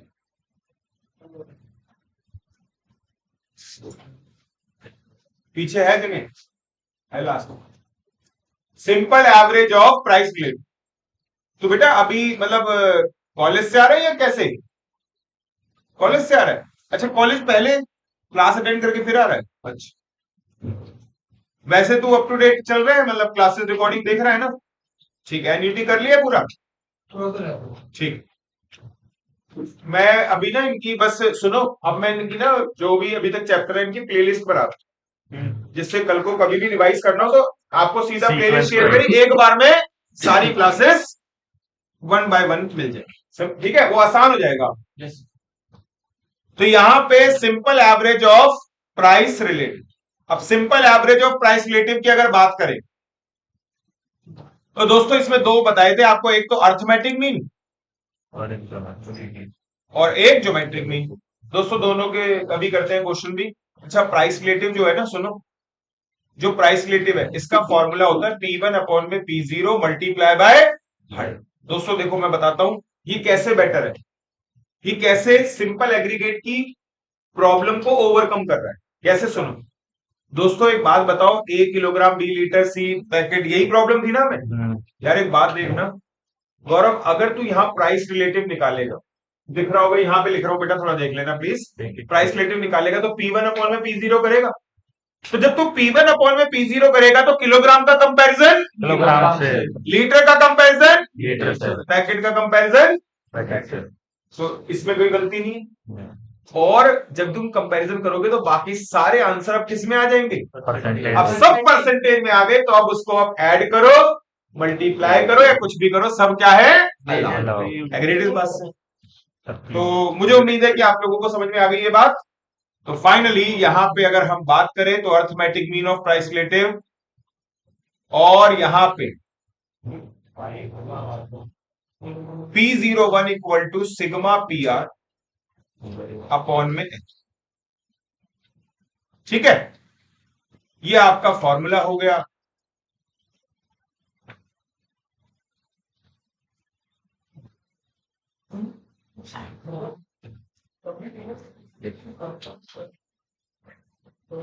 अच्छा, geometric mean of price relative. दोस्तों geometric mean of price relative की अगर मैं बात करूं तो इसमें ना आपका फॉर्मूला दिखने वाला जो है और जो लगाने वाला है वो थोड़ा अलग होगा, क्योंकि मैं इसके जस्ट बाद ही क्वेश्चन करवा रहा हूं आपको।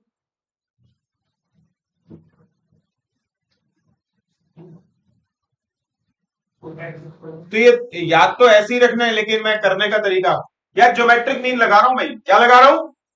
और ज्योमेट्रिक मीन का याद है मैंने क्या तरीका सिखाया था? वो मल्टीप्लाई कर दो और उसके बाद उसका रूट निकाल दो, जैसे दो वैल्यूज है, क्या सिखाया था सिराज बताएगा। ज्योमेट्रिक मीन का फॉर्मूला क्या था, कैसे निकालते थे ज्योमेट्रिक?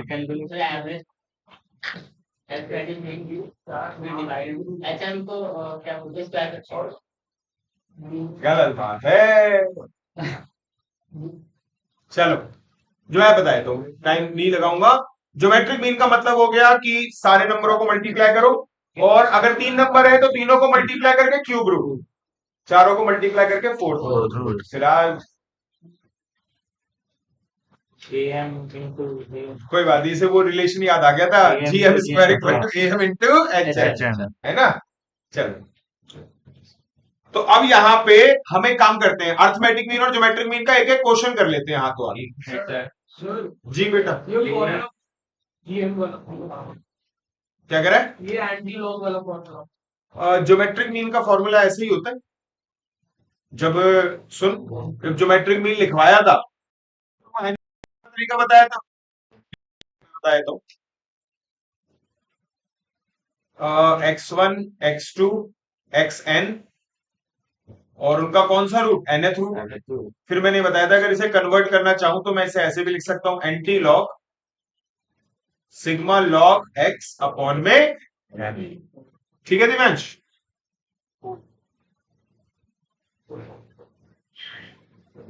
अब इधर देखिए प्लीज, आइए क्वेश्चन करते हैं। और अयान तेरे को क्या हुआ है, नींद आ रही है?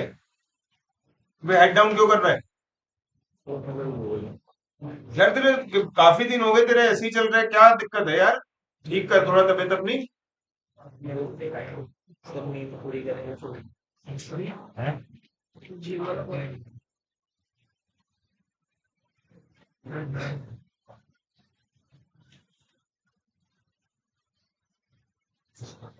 अरे इंडेक्स नंबर यार मुझे नहीं दिख रहा, तुम्हें दिख रहा है कहीं? ये रहा 18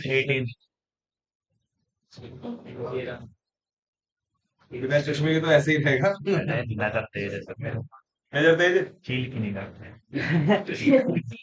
बाजीराव समझ रहा हूँ।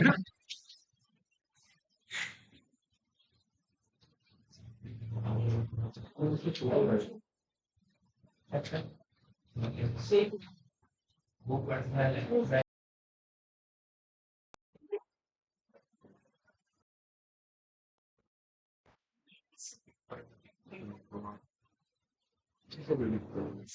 क्या मजा आ रहा है, पढ़ाई करते हो मजा।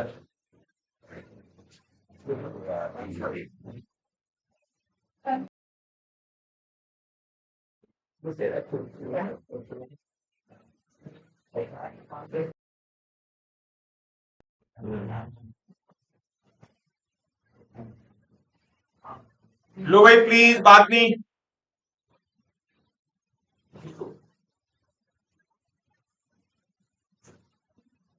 ये है क्वेश्चन, ये वाला।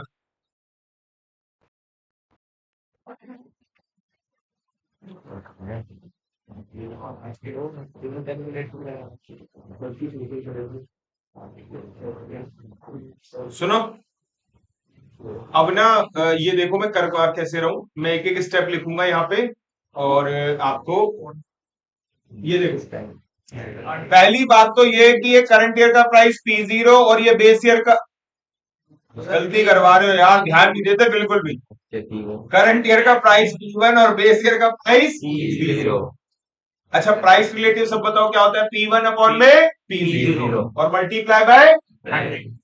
दोस्तों अब देखो मैं कैसे करने वाला, 7 डिवाइडेड बाय 5, ये पहला प्राइस रिलेटिव आ गया, और इक्वल टू, अबे इक्वल टू से पता है क्या होगा, आखिरी में मैं जीटी का यूज कर लूंगा और टोटल सबका टोटल कर लूंगा, यानी कि सिग्मा पीआर कर लूंगा। क्या कर लूंगा मैं? अच्छा अगला देखो, 10 divided by 8 equal to 32 divided by 25 equal to, और 12 डिवाइडेड बाय 6 इक्वल टू। अच्छा मैंने ना मल्टीप्लाई बाय 100 नहीं किया, पता है क्यों? अरे वो मल्टीप्लाई बाय 100 यार आखिरी में कर लेंगे, परसेंटेज में ही तो कन्वर्ट करना है, बार बार क्यों करूं। अच्छा, इसके बाद आपका यहाँ पे मैं जीटी प्रेस कर रहा हूं, क्या प्रेस कर रहा हूं, तो जीटी प्रेस करने से क्या आ जाएगा, सिग्मा पीआर, और सिग्मा पीआर को डिवाइड करूंगा नंबर ऑफ प्राइस रिलेटिव, कितने प्राइस रिलेटिव होंगे, जितनी कमोडिटी है, यानी कि 4, इक्वल टू, तब नहीं उसके बाद मल्टीप्लाई बाय 100 कर दूंगा और इक्वल टू दबाऊंगा, आंसर मेरा परसेंटेज में आ जाएगा, जल्दी बताओ। आ रहा है, बी आ रहा है 148 ऐसा कुछ नहीं। ये क्वेश्चन नंबर 25 है, एडिशनल क्वेश्चन में। सर वैसे ये डिवाइड चार से भी एक, ये दो, चार तीन, कमोडिटी है ना। अच्छा ठीक है,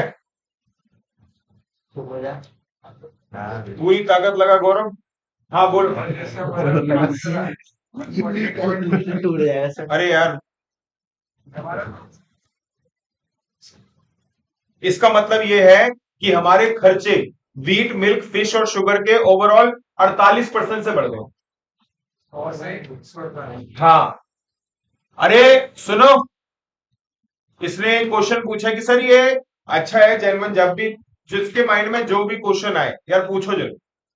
इसने पूछा कि सर ये 148.25 निकाल दिया, फिर इसका मतलब क्या है, तो यानी कि जो मेरे खर्चे 100 रुपए में चल जाया करते थे, आज वही सामान लाने के लिए मुझे कितने खर्च करने पड़ते हैं, 148, यानी कि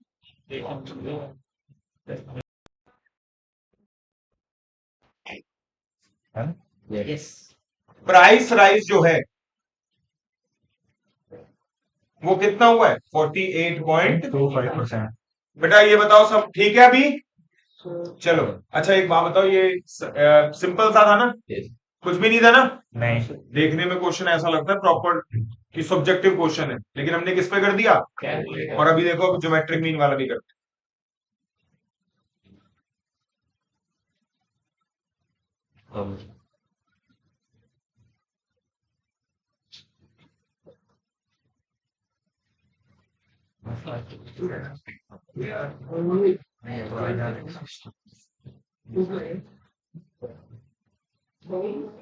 ये कौन सा है?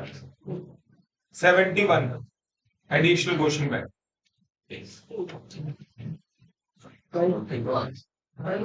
71 ऑफ एडिशनल क्वेश्चन बैंक।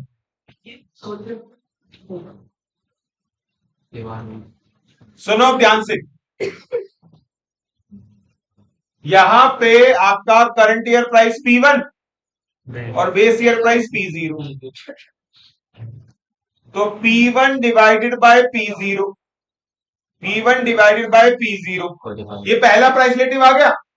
अब मेरे को इसका ज्योमेट्रिक मीन निकालना है, तो सारे प्राइस रिलेटिव क्या होंगे, आपस में मल्टीप्लाई। पिछली बार क्या करे थे, प्लस, इस बार क्या करने हैं, तो 55 divide by 45 multiply by 70 divide by 60 multiply by 30 divide by 20 multiply by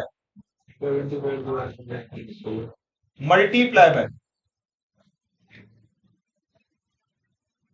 multiply by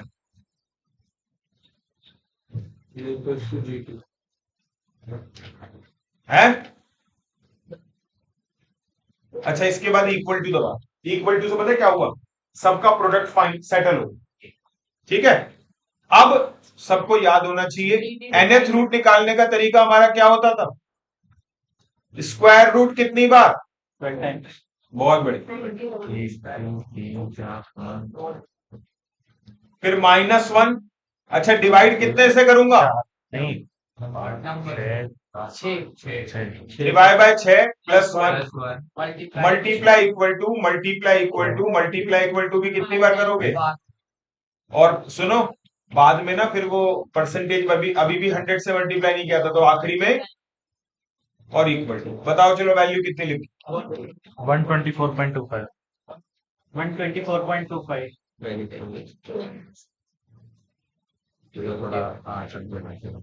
all okay, हो गया।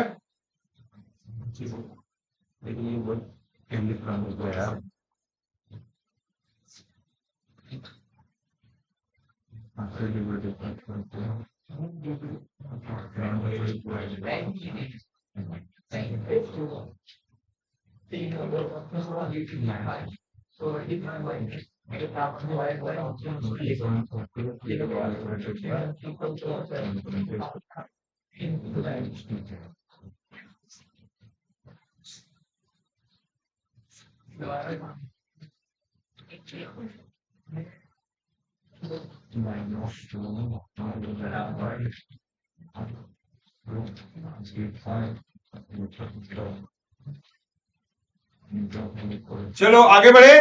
देखो सर एक सेकंड। ये मैंने जो अर्थमेटिक मीन ज्योमेट्रिक मीन दोनों के फॉर्मूले और फिर उन पे बेस्ड एक एक क्वेश्चन। अच्छा बात ये आती है कि सर एक एक क्वेश्चन आपने करवा दिए, सर इसमें कुछ और तो नहीं आएगा? नहीं, जैसा करवाया वैसे ही। चलो भाई आगे। Yes sir. सर सर इसका प्राइस भी सेम होगा ना, -100 करते हैं। हाँ वही 24.25%। हाँ अच्छा सुनो, अब यहाँ पे देखो, यहाँ पे देखो यार, देखो ये तुम एक तरीके से कुछ बच्चे जैसे ऐसे समझना चाह रहे हैं कि इसका लॉजिक या कुछ ऐसा। बेटा काजल सुन जरा, इसे 124 आया, 24.23 या जो भी है, तो हमने बता दिया हमारे खर्चे 24.23 से बढ़ गए। किसी प्रोडक्ट में ज्यादा से बड़े होंगे, किसी प्रोडक्ट में हमसे बड़े तो होंगे। ये 24.23 क्या है? एवरेज। क्या है? एवरेज इन्फ्लेशन है ना। अब इधर देखिए,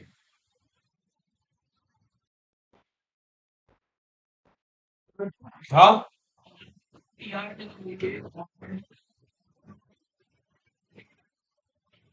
पीआर निकाल के रूट, पीआर निकाल के वो सेम नंबर से रूट कर देना है। पीआर तक तो ठीक है, उसके बाद रूट सबका सब पीआर का अलग अलग। जो हमारा पीआर आया, जैसे कि हम इसमें वो करते हैं ना, क्या कहते हैं, सम करते हैं, इसमें हम मल्टीप्लाई करके अगर उसका रूट कर दे तो क्या आंसर सेम है? तो वही तो करा है। वही। हाँ ये देखना, ये जो आपका जब तूने स्क्वायर रूट 12 बार -1, ये किसका था? रेडिकल पावर का ही तो था। ये तू ऐसे ही कर रहा है बेटा। ये देख 55 में 45, प्राइस रिलेटिव है पहला, फिर 70/60, फिर 30/20, और ऐसे करते करते आखिरी वक्त कौन सा? 130 में 120, और उसके बाद इनका कौन सा रूट? 6th रूट, और परसेंटेज के लिए मल्टीप्लाई बाय 100। अब तेरे माइंड में क्लियर है?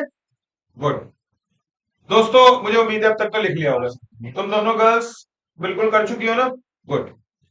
अब इधर देखिए, यहां पे कुछ लोगों ने ये एक स्कूल ऑफ थॉट ये भी आया कि सर सिंपल जो है कि सिंपल ना बेकार फॉर्मूले, कोई फायदा नहीं इनका। तो हमने कहा क्यों? अच्छा एक बात बताओ, अगर कोई ड्रग है, दवाइयों वाली बात नहीं कर रहा, प्रॉपर ड्रग्स की बात कर रहा हूं। नशे वाली। अगर कोई ड्रग है जो, हाँ नशे वाली चीज, वो महंगी हो जाए, ठीक है, उसका प्राइस दुगना तिगना हो जाए, क्या आप लोगों को परेशानी होगी? किसी को नहीं होगी? कुछ बच्चे ने नहीं बोला। अच्छा ठीक है, आपको कोई परेशानी नहीं होगी। नहीं। क्यों नहीं होगी? क्योंकि आप यूज नहीं करते। तो है, तो कंजम्पशन जो है, कंजम्पशन जो है जब है ही नहीं, तो आप इन्फ्लेशन किस बात का निकाल रहे? कई बार जब इन्फ्लेशन निकाला जाता है, जैसे अब ये हमारा इन्फ्लेशन कहते हैं ना, इंडिया में इन्फ्लेशन 5%, 5.5%, 6% के आसपास, तो इसमें तुम्हें क्या लगता है सारी चीजें इंक्लूड होती होंगी? नहीं, जिनका कदम ठीक है ना, कुछ चीजें इसमें अवॉइड कर दी जाती होंगी। क्या इसमें मान लिया कोई, मैं कहता हूं कि स्मोकर है, क्या इसमें उसमें टोबैको को यूज किया जाता होगा? हो सकता है नहीं, क्योंकि it's not a necessity. Is it so और नॉट? है ना, क्योंकि आप सोचो टोबैको एक ऐसी चीज है, गवर्नमेंट उसको मतलब कि अवॉइड करवाने में लगी हुई है ना, तो गवर्नमेंट क्या कर सकती है? उसमें पहले से ही 200-300% का टैक्स है, गवर्नमेंट बढ़ा के 400-500 का भी टैक्स कर सकती है। आ रही है बात समझ में आप लोगों को? तो कुछ चीजों को क्या कर दिया जाता है, जब कभी इन्फ्लेशन बताई जाती है कि इस चीज का इन्फ्लेशन ये है, तो हो सकता है उसमें से कुछ चीजें क्या कर दी जाए? अवॉइड कर दी जाए। जैसे कि मैंने कुछ एग्जांपल दिए, सारी चीजें तो नहीं, लेकिन ऐसी चीजें करी जा सकती है जो मैंने आपको एग्जांपल, समझ गए? क्योंकि इनको अगर इंक्लूड कर दिया तो इनकी इन्फ्लेशन की वजह से ओवरऑल इन्फ्लेशन क्या हो जाएगा, समझता है? इसलिए उनको अवॉइड ही कर दिया जाता है। तो मतलब कल को कोई ये थोड़ी कि वो महंगी हो जाए तो लोग रोड पे उतर ही आएंगे, ऐसा तो नहीं होगा कि मोदी सरकार हाय हाय, ऐसा तो नहीं होगा, है ना? मिलता नहीं। अच्छा प्लीज, तो पॉइंट मेरा ये था, लेकिन फिर भी अगर तुम्हारे लिए कंजम्पशन किसी चीज का जीरो है तो उसकी इन्फ्लेशन से तुम्हें कोई फर्क पड़ेगा? नहीं फर्क पड़ेगा। यही स्कूल ऑफ थॉट ये था कि आप अभी तक जो सारे फॉर्मूले लगा रहे हो उनमें सिर्फ प्राइस प्राइस कंसीडर कर रहे हो, आप क्वांटिटी कंसीडर, है ना? और क्वांटिटी कंसीडर नहीं कर रहे तो कहते हैं बेकार फॉर्मूला, बिना कंजम्पशन के इन्फ्लेशन मेजर करनी नहीं।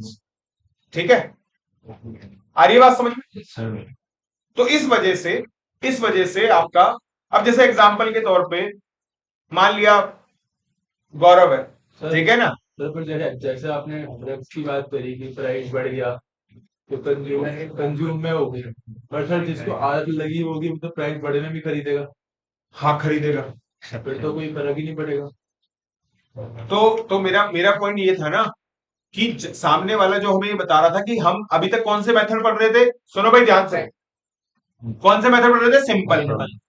सिंपल से वेटेड में जाना क्यों जरूरी है? कोई इंसान कन्विंस कर रहा है और वो ये कह रहा है कि अगर किसी चीज की कंजम्पशन आपके लिए जीरो है तो आप इन्फ्लेशन उसमें कितना होता है आप उसे क्यों ले रहे हो? आपको उसे लेना ही नहीं चाहिए। वेटेड में आप अगर वो सारी कमोडिटी लिख दोगे, लेकिन आप कोई ऐसा प्रोडक्ट है जिसका इन्फ्लेशन तो लिखा लेकिन उसकी क्वांटिटी आपके लिए क्या है? जीरो। तो अगर क्वांटिटी जीरो होगी तो वो ऑटोमेटिकली उसका इन्फ्लेशन कंसीडर ही नहीं। ठीक है, और जो बंदा यूज करता है उसके लिए इफेक्ट आएगा। तो मतलब पॉइंट तो तू भी वही कह रहा है, तू ये कह रहा है कि जिसके लिए जिसका कंजम्पशन हो रहा है उस पर तो फर्क पड़ेगा। तो हम भी तो यही कह रहे हैं कि जो कंजम्पशन कर रहा है उस पर फर्क पड़े, लेकिन हमारा इन्फ्लेशन खामाखा क्यों एक्स्ट्रा निकल के आए जब हमें उसका बर्डन ही नहीं आ रहा। तो आप एकदम से, मैं कहूं सुनो, मैं कहूं व्हाइट पेट्रोल बड़ा महंगा हो रहा है तो आप तो कोई फर्क ही नहीं पड़ता, क्योंकि आपके पास कोई ऐसा व्हीकल थोड़ी जिसमें वो एरोप्लेन वाला व्हाइट पेट्रोल डलता है। कोई फरारी में डलता है, मैंने सुना है फरारी वगैरह में डलता है, दिल्ली में दो तीन जगह मिलता है बस वो, और फरारी में डलता है और भी ऐसी कुछ टाइप की जो गाड़ियां होती है उनमें डलता है वो। हमारे पास नॉर्मल गाड़ियां हैं उनमें तो ये वाले पेट्रोल की कोई जरूरत ही नहीं होती। तो वो अगर वो महंगा होता है, प्लीज अगर वो महंगा होता है आपको कोई फर्क पड़ेगा?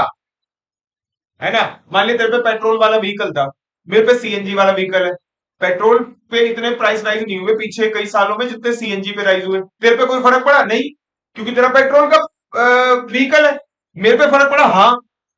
तो यही तो वो कह रहा है, मैं बात कह रहा हूं कि जिसको कंजम्पशन हो उसी पे इन्फ्लेशन, उसका कैलकुलेटेड इन्फ्लेशन वैसा है, जिसका कंजम्पशन नहीं है उसका उस पे उस चीज का इफेक्ट ना आए। और ये तब होगा जब हम किसको कंसीडर करेंगे? क्वांटिटी। आई होप आप ठीक है। अच्छा दोस्तों, जैसे वही पेट्रोल की बात चल रही थी, मान लिया गौरव है, मुझे लास्ट क्लास की बात है, कहने लगा ऐसे ही कह रहा पेट्रोल बड़ा महंगा हो गया सर। मैंने, मुझे समझ ही नहीं आया पता नहीं क्यों बोला है। बात तो पढ़ाई की चल रही थी, पेट्रोल लिया है बीच में। थोड़ी देर बाद फिर कहते हैं सर पेट्रोल बड़ा महंगा हो गया। मैंने तो थोड़ा सा अजीब सी निगाह से देखा। फिर तीसरी बार फिर कहते हैं सर पेट्रोल बड़ा महंगा हो गया। मैंने कहा पीते हो बेटा पेट्रोल? कह रहा क्या सर? मैंने कहा नहीं कुछ नहीं। मैंने कहा, फिर मेरे को लगा कि शायद तुमने ना कोई कार से आना जाना शुरू कर दिया हो, या बाइक बड़ी महंगी वाली, वो कौन सी बाइक होती है सुपर बाइक, वैसी कोई बाइक ले ली होगी। हो सकता है बेचारे को पेट्रोल का खर्चा बढ़ गया होगा एकदम से। तो मैंने पूछा बेटा कैसे आना जाना, घर से कैसे आते? कह रहा साइकिल। मैं भाई साहब है साइकिल पे पेट्रोल कहां में बात?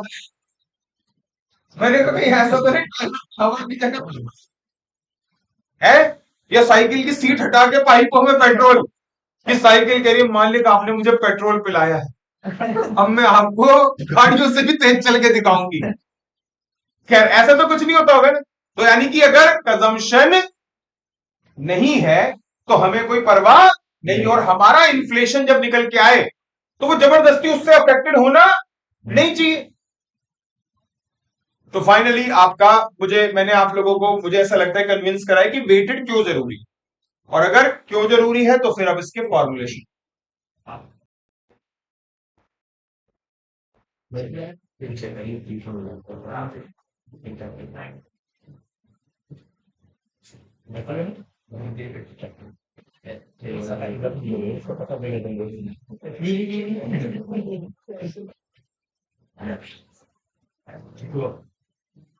तू तो जाता है बेगम आगे वाली सीट पे साइकिल तो पूरी चला हैवान चुप है। नहीं, आगे टायर पे बैठता है क्या?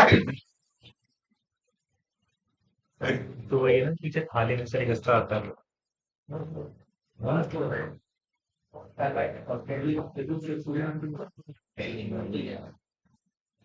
चलिए, वेटेड एग्रीगेट मेथड में कितने फॉर्मूले थे? 7।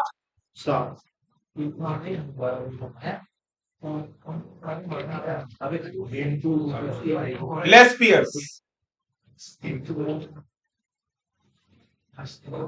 और लेस पियर मतलब P01। दोस्तों एग्रीगेट मेथड है तो सिग्मा आएगा, प्राइस इंडेक्स है तो ऊपर P1 नीचे P0, और वेटेड है तो वेट्स को लिया जाएगा, और वेट्स के नाम पे क्या लेते हैं? क्वांटिटी। और क्वांटिटी दो इन जनरल दो लेते हैं, या तो बेस ईयर की या फिर करंट ईयर की। यहाँ पे बेस ईयर की क्वांटिटी ली, लेस्पियर साहब ने फॉर्मूला बनाते वक्त हमने पूछा कि ऐसा क्यों, बेस ईयर की क्वांटिटी क्यों ले रहे हो? तो उनका जवाब था कि भाई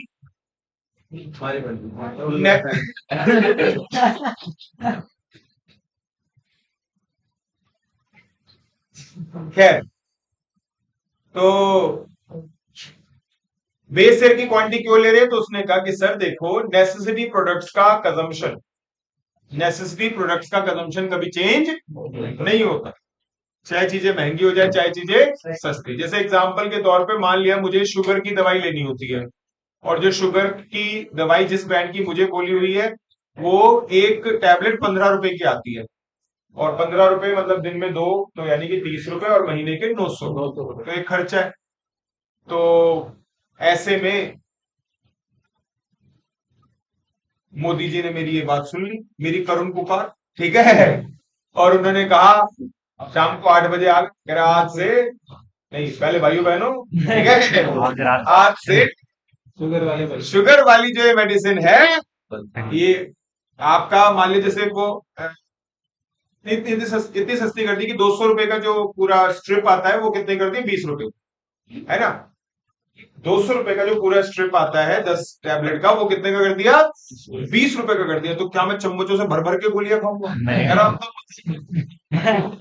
क्या ऐसा करूंगा? नहीं, उतनी ही टैबलेट तब लूंगा, उतनी टैबलेट। जैसे मान लिया मैं कहता हूँ आप में से कोई बच्चा जिम जाता है, कोई है ना, कौन जाता है ना भाई? तू जिम, अभी तूने हाथ पैर तो तुड़वाए थे वहां पे। खैर, तो अब ये मान लिया प्रोटीन जो सप्लीमेंट्स होते हैं प्रोटीन लेना पड़ता है। अब प्रोटीन जो है वो सस्ता कर दे, मान लिया वो कितने का आता है भाई? कुछ आइडिया हो? वैसे मैंने सुना महंगे ही आते हैं, 4-5 हजार कुछ ऐसा आता है। तो वो कितने का होता है? मतलब कितने वेट का होता है वो? 5 किलो का 5,000 का आता है 1,000 रुपए किलो है। चलो, मोदी जी ने इसकी भी बात सुन ली, कह रहा ये भी घर का छोटा बच्चा है, आज से तो ये थोड़ी पूरे दिन ही प्रोटीन शेक पीता रहेगा। तो ये आपको पता है ना, वो बेकार हो जाए, मतलब वो खराब, आप डाइजेस्ट तो नहीं होगा ऐसे वो। अल्टीमेटली अगर जितना कंजम्पशन इसका 5,000 रुपए का जब मतलब वो पूरा बॉक्स आता था, जितना कंजम्पशन तब उतना ही कंजम्पशन अब होगा। आ रही है बात समझ में? तो पॉइंट इज दैट कि बट मतलब नेसेसरी प्रोडक्ट की कंजम्पशन तो ओवरऑल भी सेम ही रहेगी ना। अच्छा, कि और लोग भी प्रोटीन खाना कम होता है। ऐसे, अब ये थोड़ी है, चल इसमें प्रोटीन वाले में तो ठीक है, ये थोड़ी कि पता चला शुगर की दवाई सस्ती हो गई तो क्या डिस्प्लेन की जगह एक्चुअली वो तो मजाक मजाक में स्पेसिफिक हो गया, से ओवरऑल बात, ठीक है। ये अच्छा पॉइंट। खैर, कुछ लोग नहीं लेते ना, कोई 5,000 सबके लिए अफोर्डेबल नहीं है, वो बड़ा महंगा होता है भाई साहब, ये जिम वाला काम भी। उसमें ना चॉकलेट आती है, प्रोटीन चॉकलेट प्रोटीन की, बार। प्रोटीन वाली, वो भाई साहब पता नहीं कोई भले जमाने मेरे स्टूडेंट वगैरह कह रहे थे 150 रुपए की है, मतलब आज से कम 10 साल पहले। और था एक स्टूडेंट, वो एमएमई फाइटर बनना चाह रहा था, पता नहीं बना नहीं होगा, बट काफी अच्छी फिजिक बना रखी थी। ये बड़ा मुश्किल काम, आसान तो नहीं, लेकिन वो काफी डेडिकेटेड था। कुछ नहीं यार, घर वालों ने जब सेटल कर रखा होता है ना, इनकम वाला लेवल सेटल होता है ना, तब बच्चे का दिमाग चलता है इन सब चीजों। बाकी बच्चों का दिमाग यही चल रहा है, जॉब करनी, फिर क्या लेना है, लोन। खैर, तो सेटल होना बहुत जरूरी है भैया लाइफ में।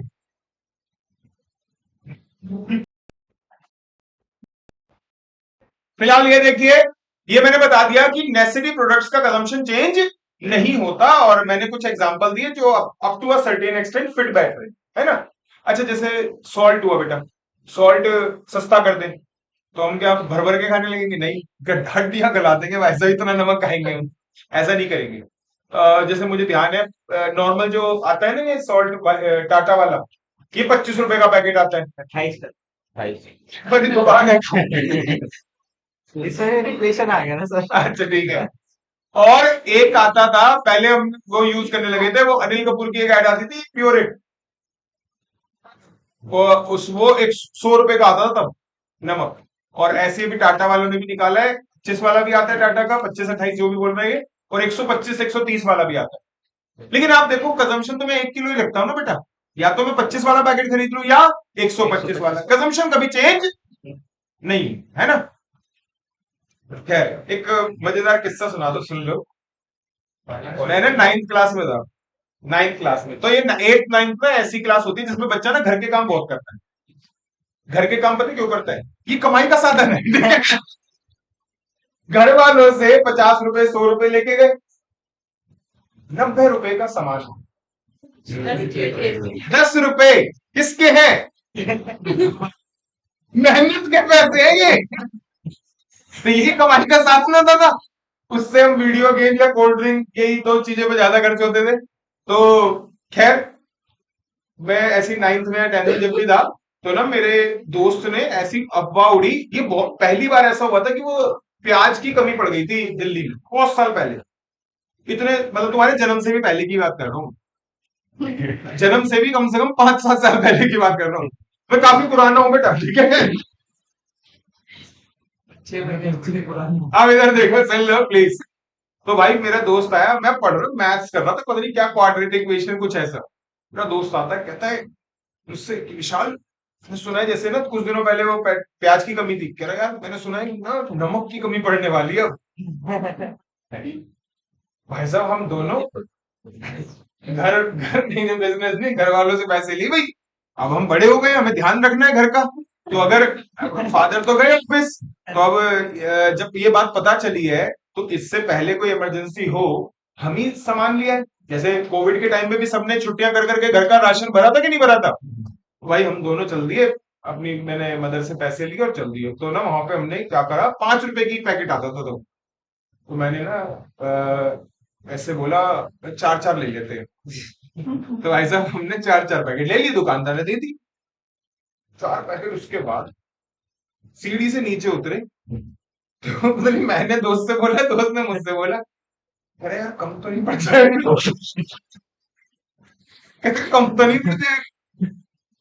तो मैंने कहा 5, 3-3 और ले लो। हमने भाई साहब दोबारा दुकान में चढ़े, सीढ़ी एक सीढ़ी ऊपर, हमने कहा अंकल 3-3 और दे दो। उसने, उसको दिमाग में शक हो गया, कह रहा मैं 10 रुपए की बेचूंगा,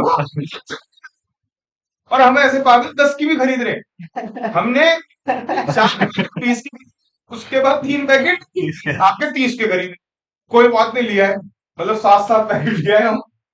शाम को ना उस समय शीला दीक्षित चीफ मिनिस्टर थी, तो शीला दीक्षित का वो आया, इंफॉर्मेशन उसने दी, न्यूज पढ़ी कि कोई दिल्ली में कमी नहीं है, अफवाह उड़ रही है, इस पे ऐसी किसी चीज पे विश्वास ना करें। भाई साहब हम एक दूसरे पे इतने हंसे, मैंने कहा 1 महीने में 1 किलो यूज होता है, हम 7 पैकेट लाए हैं कि जैसे अगले 7 महीने तक नमक नहीं होगा।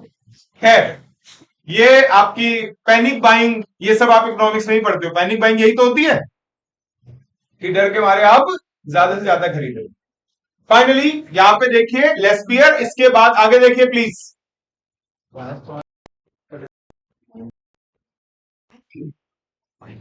हाँ जी, अगला है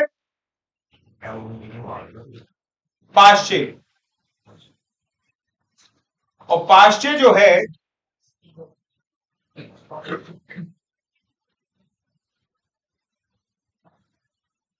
वो कहते हैं यार सिग्मा भी आएगा, P1 ऊपर P0 नीचे भी आएगा, और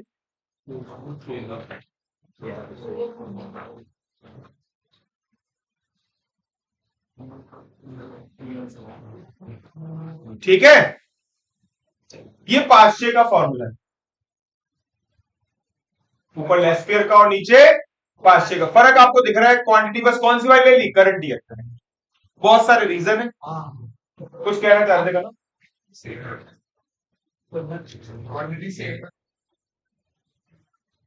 देख क्वांटिटी सेम रखनी जरूरी है, अबे सुन तो ले, क्वांटिटी सेम रखनी जरूरी है। अगर मैंने क्वांटिटी ऊपर अलग नीचे अलग रख दी तो फिर जो इफेक्ट आएगा वो प्राइस का भी आएगा और क्वांटिटी का भी। मुझे सिर्फ प्राइस इंडेक्स पढ़ा रहा हूं मैं, सिर्फ किसका इफेक्ट चाहिए, ठीक है। अच्छा, पाश्चे ने ये बोला कि कंजम्पशन करंट ईयर का लो, उसके पीछे रीजन है। यार एक बात बताओ, तुम्हें पता है ना हमारी पॉपुलेशन हर साल 2-3 करोड़ बढ़ जाती है। हमारी पॉपुलेशन हर साल 2-3 करोड़ बढ़ जाती है। बेटा एक बात बताओ, पिछले साल के मुकाबले अगर 2-3 करोड़ बढ़ गई होगी तो कंजम्पशन पहले के मुकाबले कम होगा या ज्यादा होगा? तो वो कह रहा है कि जब इन्फ्लेशन आज का निकाल रहे हो तो कंजम्पशन भी कब की लो, आज की। पॉइंट वैलिड है ना? तो इस वजह से पाश्चे ने बोला क्वांटिटी कौन सी लेनी चाहिए, करंट ईयर। अच्छा, इसके अलावा एक और भी रीजन है यार, नेसेसिटी प्रोडक्ट का एग्जांपल दिया मैंने, लेकिन घर में ज्यादातर प्रोडक्ट तो नेसेसिटी थोड़ी होते हैं, कंफर्ट गुड्स होते हैं। 3 होते हैं ना, लग्जूरियस, कंफर्ट और नेसेसिटी। अब कंफर्ट गुड्स कैसे होते हैं? जैसे कोल्ड ड्रिंक है, 2 लीटर की बोतल कितने की होती है, 90 रुपए की। तो क्या है, कोल्ड ड्रिंक नेसेसिटी है या लग्जूरियस है? आप बताओ शिराज, आपको भी ऐसे बोलते किसी को, कि दोस्त को बोल रहे भाई क्या बात करेगा मुझसे, कोल्ड ड्रिंक पीते हैं ऐसे बोलते कभी तू? ये कभी ऐसे बोलता हम तो बड़े गरीब है, कोल्ड ड्रिंक पी पाते हैं?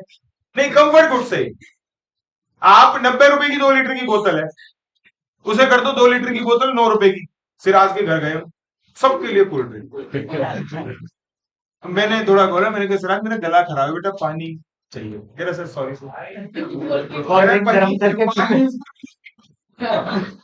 कह रहा अपना तो यही पानी,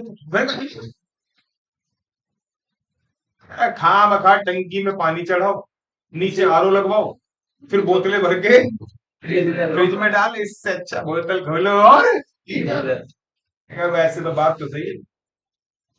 खैर ये तब था जब 90 रुपए की 2 लीटर की बोतल कितने की हो जाए, और अगर मान लिया 900 रुपए की हो जाए 2 लीटर की बोतल, तो फिर इसने, हम इसके घर गए, ये लेकर आया सबके लिए मटके में से पानी हमने पूछा कि यार कोल्ड ड्रिंक वगैरह है क्या? कह रहा था ना हम पीते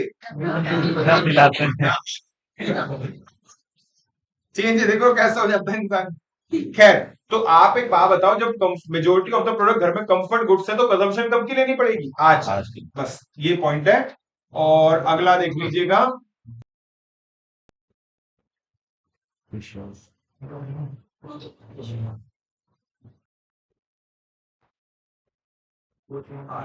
तो फिर क्वेश्चन में लिखा है कि द फॉर्मूला। हाँ अभी बस ये है ना, 2 क्वेश्चन करवा के फिर बता, क्वेश्चन करवा दो।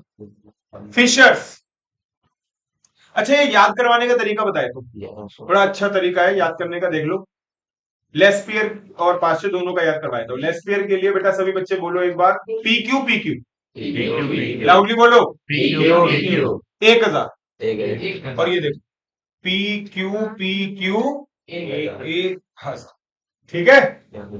जिसको 1000 बोलने में थोड़ा अजीब सा लगता हो, जैसे कोई बार क्या होता है इंग्लिश में बोलना ठीक लगता है तो 1000 बोलते हैं, है ना, पी क्यू। अच्छा इधर सुनो, पाश्चे का फॉर्मूला दोबारा बोलो loudly, P Q.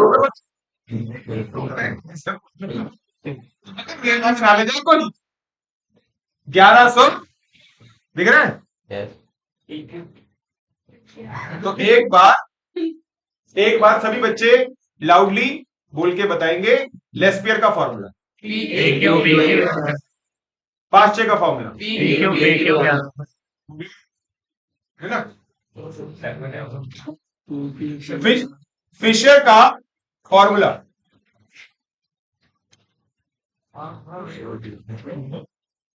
Geometric mean of Laspeyres and पास्चे।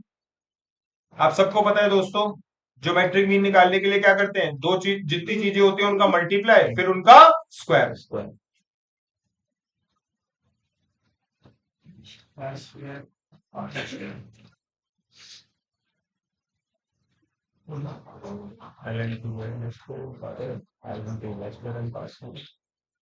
और लेस्पियर का फॉर्मूला देख लो भाई, पी क्यू 1000,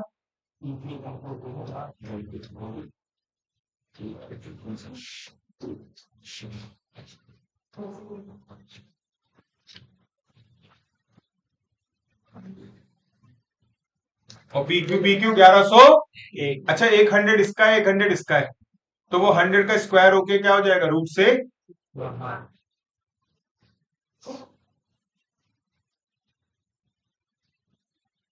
ठीक है बच्चों।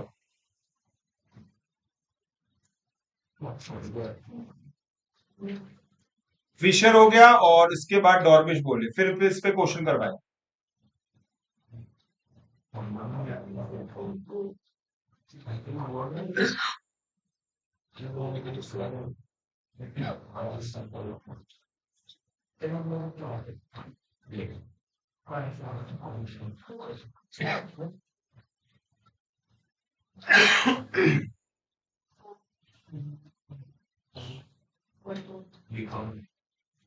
Arithmetic mean of Laspeyres and, और अर्थमेटिक मीन कैसे निकालते हैं, दोनों चीजों को प्लस करके डिवाइडेड बाय,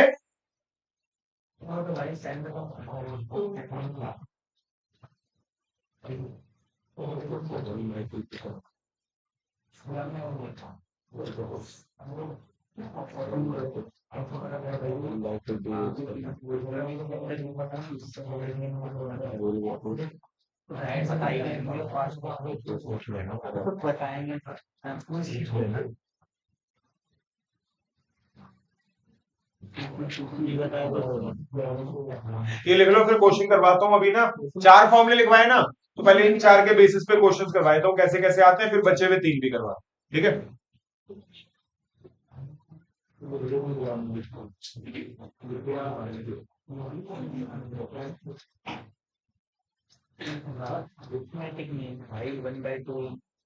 एवरेज क्या 2 नंबरों का अर्थमेटिक मीन कैसे निकालते, दोनों को प्लस करके डिवाइड बाय 2। गलत लिख रखा है आपने। बेटा कॉपी हो गया तो बता दो, हो गया 1 सेकंड। नहीं बता दो।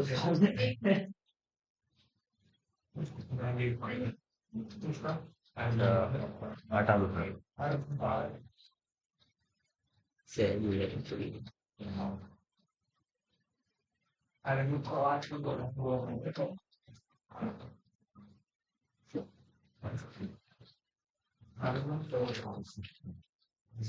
एक बार होमवर्क भी लिखते जाओ।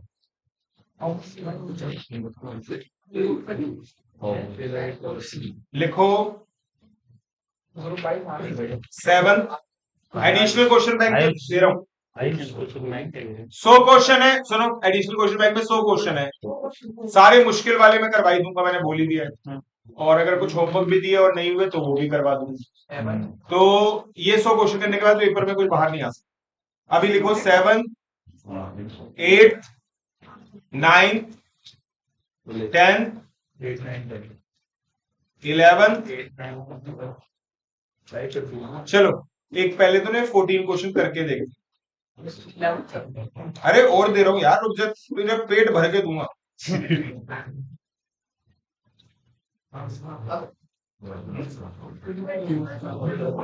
मैंने कहा ना थोड़ा अच्छा क्वेश्चन है वो, मैं कर दिया, रोक दिया, मैं खुद ही करवा रहा हूँ ना। अच्छा ये देख, इसमें क्या लिखा है, सब बच्चे ध्यान दो। Ratio between Laspeyres and Paasche. कितना दे रखा है 28:20 यार? सुनो, ये ना लेस्पियर पास्चे के लिए चार चीजों की जरूरत होती है, या सारे फॉर्मूलों के लिए बस चार चीजों की जरूरत होती है। एक होता है P1Q0, एक होता है P0Q1, फिर एक होता है P0Q0, फिर एक होता है P1Q1। दोस्तों P1Q0, ये P0 है, ये Q1 है, Q0 है, ये P1 है और ये Q1। पहले P1Q0 क्या है? P1Q0 जल्दी बताओ कितना लिखूं? 20 प्लस 5। बहुत बढ़िया बेटा। P0Q1, P0Q1 ये रहा, जल्दी मल्टीप्लाई करके बताओ। 7 है साजिद, ठीक है?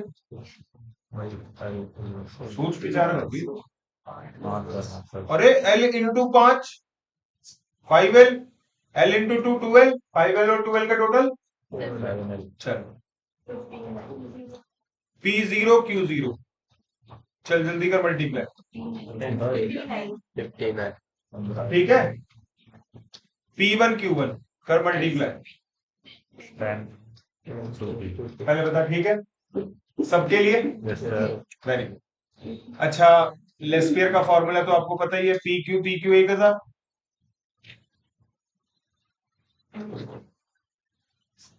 अरे मैं ये कह रहा था, नीचे में पास्चे का फॉर्मूला लिखूं, मैं चाह रहा था कि उस फॉर्मूले को ऊपर ले आता हूं, मल्टीप्लाई कर देता हूं और फिर रेसिप्रोकल करो। ये तो पता है ना सबको? तो पास्चे का फॉर्मूला लिख रहा हूं, मल्टीप्लाई में लिख रहा हूं डिवीजन की जगह, लेकिन उल्टा लिखना पड़ेगा। PQ कितना? 1100। पहले बताओ, किसी को कंफ्यूजन? No sir. पक्का ना? Very good.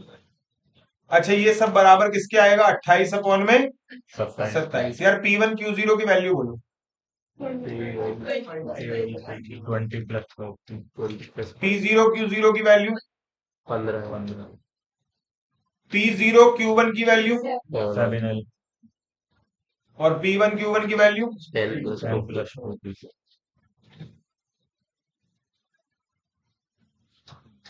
अच्छा दोस्तों, L से L कैंसिल। अब नहीं से मतलब सॉल्व करने की बजाय ना सीधा देखो ना, कौन सा P, कौन सी वैल्यू पुट करने पे LHS इक्वल टू। सॉल्व करने में मत जाया करो, हमेशा किस पे प्रेफर करा करो? वैल्यू पुट कर, अगर हो सकती है ट्राई करके बताओ क्या आंसर।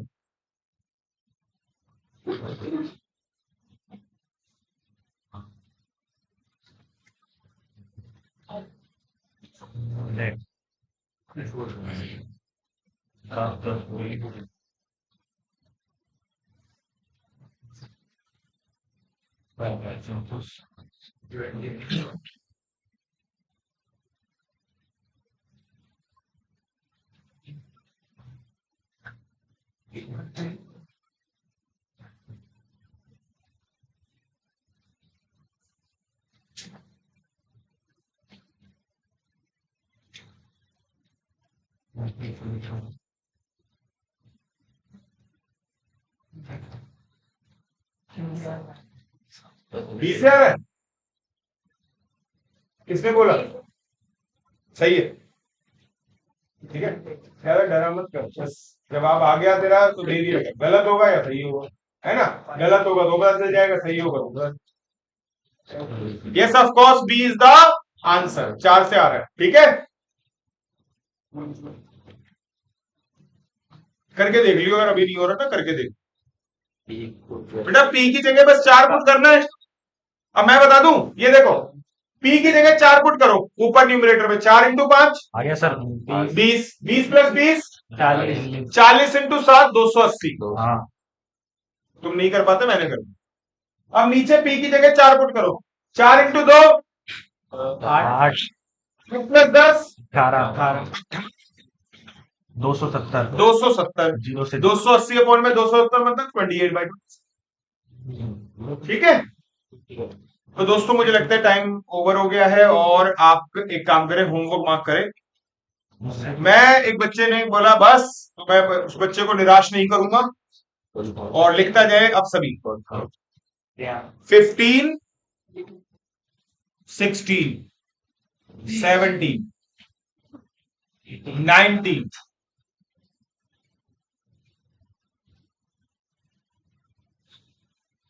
22 और बराबर में लिखना इंपॉर्टेंट 22 लिखना और बराबर में लिखना इंपॉर्टेंट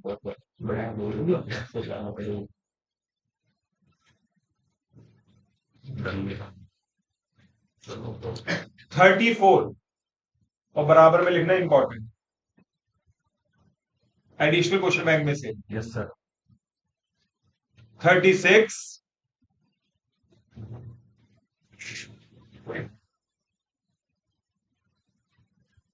41 42 45 46 47 48 49 51 52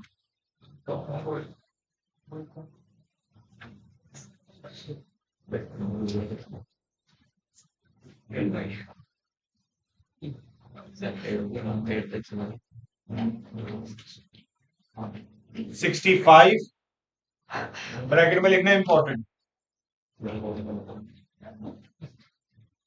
66 67 68 69 दोबारा बोलूं क्या नहीं सॉरी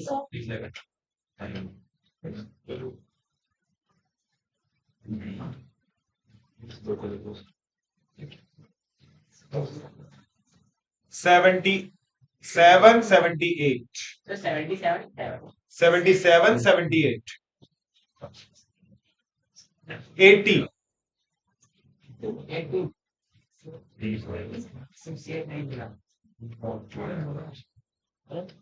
भाई चलो बस ठीक है नेक्स्ट क्लास में कंप्लीट करेंगे 30 क्वेश्चन है